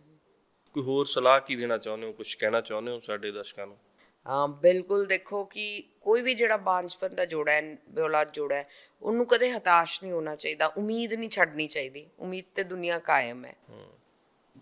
ਜੇ ਚਾਹਤ ਹੈ ਕਿਸੇ ਚੀਜ਼ ਦੀ, ਡੈਫੀਨਿਟਲੀ ਉਹ ਰੱਬ ਦੀ ਮਿਹਰ ਨਾਲ ਪੂਰੀ ਹੋਏਗੀ। ਬਸ ਇੱਕ ਸਮੇਂ ਲੈ ਕੇ ਆਣਾ ਹੈ ਰੱਬ ਨੇ, ਉਹਨੇ ਹੀ ਰਾਹ ਦੱਸਣਾ ਹੈ। ਇੱਕ ਮੈਂ ਮੇਰੇ ਜ਼ਿਹਨ 'ਚ ਪਹਿਲਾਂ ਸੀਗਾ ਇੱਕ ਸਵਾਲ, ਜਦੋਂ ਮੈਨੂੰ ਤੁਸੀਂ ਦੱਸ ਰਹੇ ਸੀ ਕਿ ਮੈਂ ਤੁਹਾਨੂੰ ਪੁੱਛਿਆ ਕਿ ਕਿੰਨੇ ਸਾਲ ਪਹਿਲਾਂ ਤੁਸੀਂ ਸ਼ੁਰੂ ਕੀਤਾ, ਤੁਸੀਂ ਕਿਹਾ 30 ਦੇ ਅਰਾਊਂਡ, 3 ਦਹਾਕੇ ਹੋ ਗਏ, ਬਹੁਤ ਲੰਬਾ ਟਾਈਮ ਹੈ। ਜਿਹੜੇ ਪੇਸ਼ੈਂਟ ਤੁਹਾਡੇ ਕੋਲੇ ਪਹਿਲੇ ਆਏ, ਦੂਜੇ ਆਏ, ਜਾਂ ਉਹ ਤਾਂ ਚੀਜ਼ਾਂ ਯਾਦ ਰਹਿੰਦੀਆਂ ਬੰਦੇ ਨੂੰ। 30 ਸਾਲ ਪਹਿਲਾਂ ਜਿਹੜਾ ਪੇਸ਼ੈਂਟ ਤੁਹਾਡੇ ਤੋਂ ਬੱਚਾ ਲੈ ਕੇ ਗਿਆ IVF ਦੇ ਥਰੂ, ਔਰ ਉਹ ਪੇਸ਼ੈਂਟ ਜਾਂ ਉਹਨਾਂ ਦੇ ਬੱਚੇ ਹੁਣ ਵੀ ਮਿਲਦੇ ਆ, ਸੰਪਰਕ ਦੇ ਵਿੱਚ ਹੁੰਦੇ ਆ? ਕੁਛ ਹੈ, ਕੁਛ ਨਹੀਂ ਹੈ, कुछ बाहर चले गए, कुछ है, पर पेशेंट हमेशा याद रखता है। कई बार आ जाते हैं, कुछ तो पहचान भी जाता है ਆਪਾਂ। ਤੁਹਾਨੂੰ ਗੱਲ ਦੱਸਦੀ ਹਾਂ, ਮਾਲ ਵਿੱਚ ਚੱਲ ਰਹੇ ਸੀ, ਘੁੰਮ ਰਹੇ ਸੀ, ਇੱਕ ਪੇਸ਼ੈਂਟ ਮਤਲਬ ਆਇਆ ਬੰਦਾ, ਉਹ ਬੱਚਾ ਫੜਾ ਦਿੱਤਾ, ਤੁਹਾਡਾ ਬੱਚਾ ਹੈ। ਮੈਂ 2 ਮਿੰਟ ਦੇਖਾ ਕੀ ਹੋ ਗਿਆ, ਫਿਰ ਉਹਨਾਂ ਨੇ ਦੱਸਿਆ ਕਿ ਤੁਹਾਡੇ ਤੋਂ ਹੋਇਆ। ਓਕੇ, ਪਰ ਇਹ ਪੇਸ਼ੈਂਟ ਨੂੰ ਤਾਂ ਯਾਦ ਰਹਿਣਾ ਹੀ ਹੈ, ਕਿਉਂਕਿ 10 ਸਾਲ 5 ਸਾਲ ਜਿਹਦੇ ਨਹੀਂ ਬੱਚਾ ਹੋ ਰਿਹਾ, ਸਭ ਤੋਂ ਵੱਡਾ ਸਟ੍ਰੈਸ ਹੀ ਇਹ ਹੁੰਦਾ। ਜਿਹੜੀ ਮਿਹਨਤ ਉਹਨਾਂ ਨੇ ਕੀਤੀ ਹੈ, ਜਿਹੜੀ ਸ਼ਿੱਦਤ ਨਾਲ ਉਹ ਪਾਈ ਹੈ ਚੀਜ਼, ਉਹ ਹਮੇਸ਼ਾ ਯਾਦ ਰੱਖਣਗੇ। ਥੈਂਕ ਯੂ ਮੈਮ, ਤੁਸੀਂ ਬਹੁਤ ਸਮਾਂ ਦਿੱਤਾ, ਬਹੁਤ ਧੰਨਵਾਦ ਤੁਹਾਡਾ। ਸਤਿ ਸ਼੍ਰੀ ਅਕਾਲ। ਥੈਂਕ ਯੂ, ਸਤਿ ਸ਼੍ਰੀ ਅਕਾਲ। ਤਾਂ ਡਾਕਟਰ, ਬਹੁਤ ਸਾਰੇ ਸਵਾਲ ਮੇਰਾ ਖਿਆਲ ਕਵਰ ਹੋ ਗਏ ਹੋਣਗੇ, ਕਿਉਂਕਿ ਹਰ ਬੰਦੇ ਦੇ ਜ਼ਿਹਨ ਦੇ ਵਿੱਚ ਇਹ ਸਵਾਲ IVF ਨੂੰ ਲੈ ਕੇ ਖਾਸ ਤੌਰ ਤੇ, ਕਿਉਂਕਿ ਪਿੰਡਾਂ ਦੇ ਲੋਕ ਬਹੁਤ ਸਾਰੇ ਇਸ ਤਰ੍ਹਾਂ ਦੇ ਸਵਾਲ ਕਰਦੇ ਆ। ਤਾਂ 30 ਸਾਲਾਂ ਦੇ ਵਿੱਚ ਬਦਲਾਅ ਬਹੁਤ ਸਾਰੇ ਆਏ, ਟੈਕਨੀਕ ਬਹੁਤ ਬਦਲੀ ਹੈ, ਔਰ ਅਸੀਂ ਮੈਡਮ ਹੋਣਾ ਤੋਂ ਜਾਣਨ ਦੀ ਕੋਸ਼ਿਸ਼ ਕੀਤੀ ਕਿ 30 ਸਾਲਾਂ ਦੀ ਜਰਨੀ ਉਹਨਾਂ ਦੀ ਕਿਹੋ ਜਿਹੀ ਰਹੀ ਹੈ, ਕਿਉਂਕਿ ਮੰਨੇ ਪ੍ਰਮੰਨੇ ਡਾਕਟਰ ਨੇ ਔਰ ਲਗਾਤਾਰ 30 ਸਾਲਾਂ ਤੋਂ ਆਪਣੇ ਫੀਲਡ ਦੇ ਵਿੱਚ ਸੇਵਾਵਾਂ ਵੀ ਦੇ ਰਹੇ ਆ। ਇਸ ਕਰਕੇ ਸਾਡੀ ਕੋਸ਼ਿਸ਼ ਸੀ ਕਿ ਅਸੀਂ ਇਹਨਾਂ ਦੇ ਨਾਲ ਗੱਲਬਾਤ ਕਰੀਏ ਔਰ ਇਹਨਾਂ ਦੀ ਜਰਨੀ ਨੂੰ ਜਾਣੀਏ। ਆਸ ਉਮੀਦ ਕਰਦੇ ਹਾਂ ਕਿ ਗੱਲਬਾਤ ਤੁਹਾਨੂੰ ਪਸੰਦ ਆਈ ਹੋਵੇਗੀ। ਦੇਖਦੇ ਰਹੋ ਬੋਲਡ ਪੰਜਾਬ TV। ਸਤਿ ਸ਼੍ਰੀ ਅਕਾਲ।